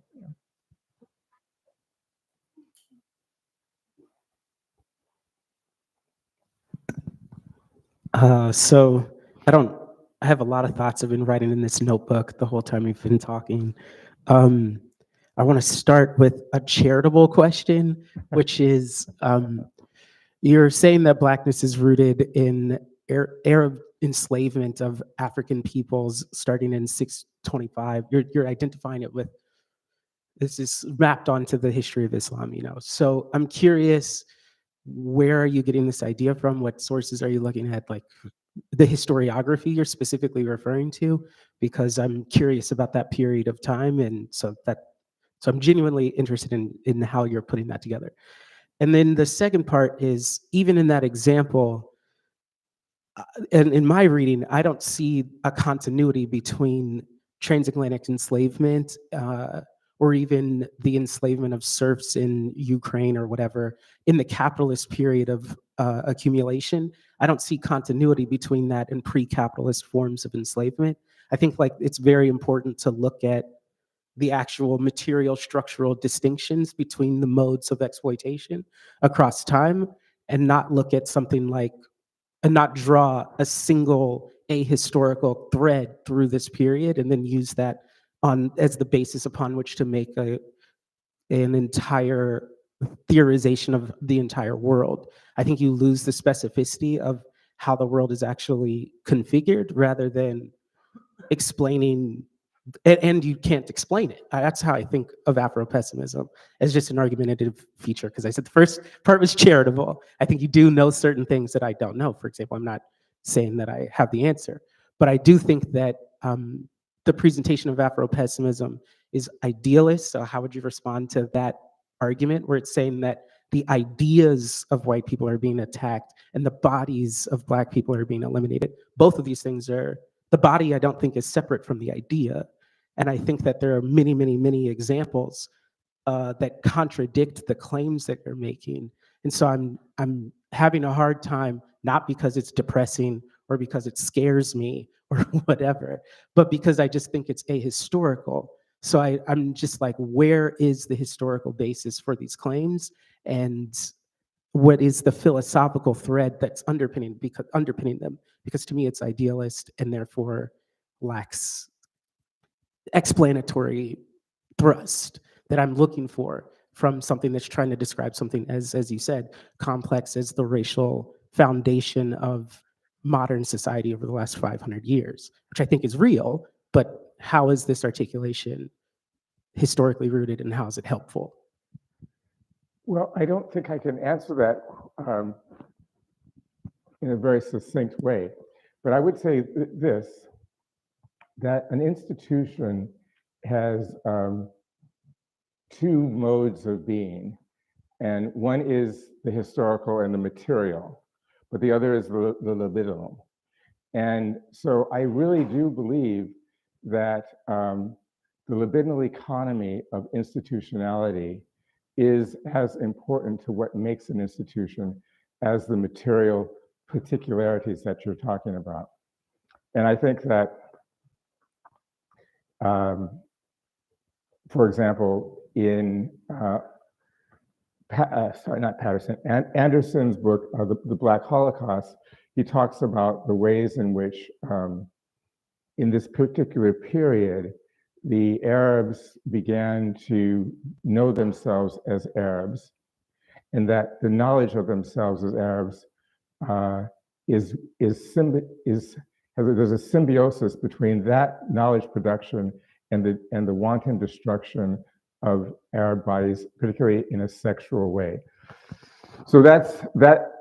Where I would meet you halfway is say that the need that the Arab community had for slavery at the material level and in the realm of political economy is vastly different than the industrialization of slavery that comes about with the Portuguese and then later Americans. But part of this, we're just going to disagree, because what I'm going to say is that to know one as a being of relationality, in order to be able to know oneself as a being of relationality, one has to have in the psychic realm another being who is not a being of relationality.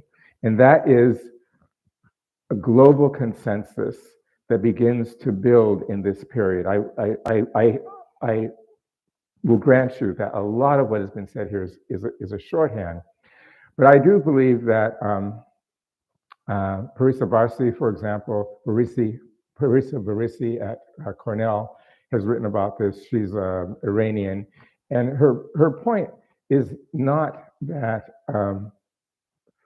Iran is an anti-Black country in the way that the United States of America is, but her point is that in order to have a kind of national consciousness of who we are, there has to be in the psychic realm a sentient being who function as the ultimate who we are not.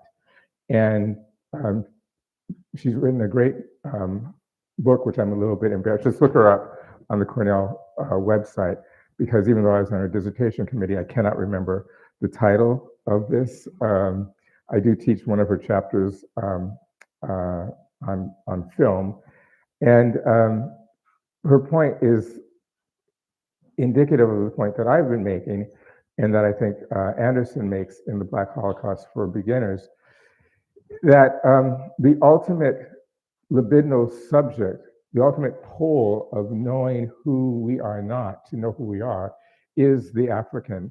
And slavery then is not essentially, for me, in Afro-Pessimism, slavery is not essentially the actual labor and the actual bondage and the actual conditions of the slave. Slavery is the relational dynamic of social death, the three constituent elements. And that's just like every theory has its bedrock assumption. When I say slavery is, I don't mean that is the totality of slavery: natal alienation, general dishonor, gratuitous violence. Those are relational dynamics. I don't say that is the material lived experience of all slaves. What I do say is that is the truth of slavery, not the totality. And so I think we would meet on some places, but on the libidinal economy, I would have to say that there is a consistent paradigmatic, global, spontaneous consensus that Blackness is social death.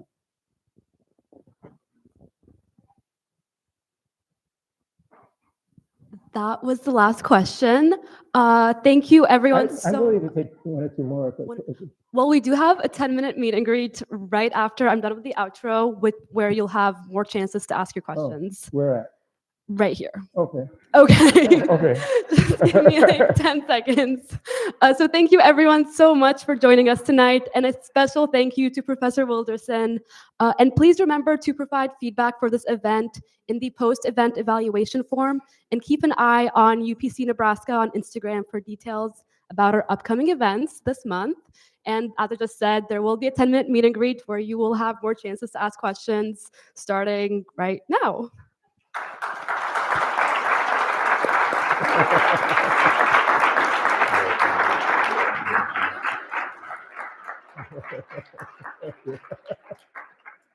Okay, so I just sit here and people can ask. I don't know how this works. Uh, Let me turn off my mic. Okay, thank you guys very much. Thank you.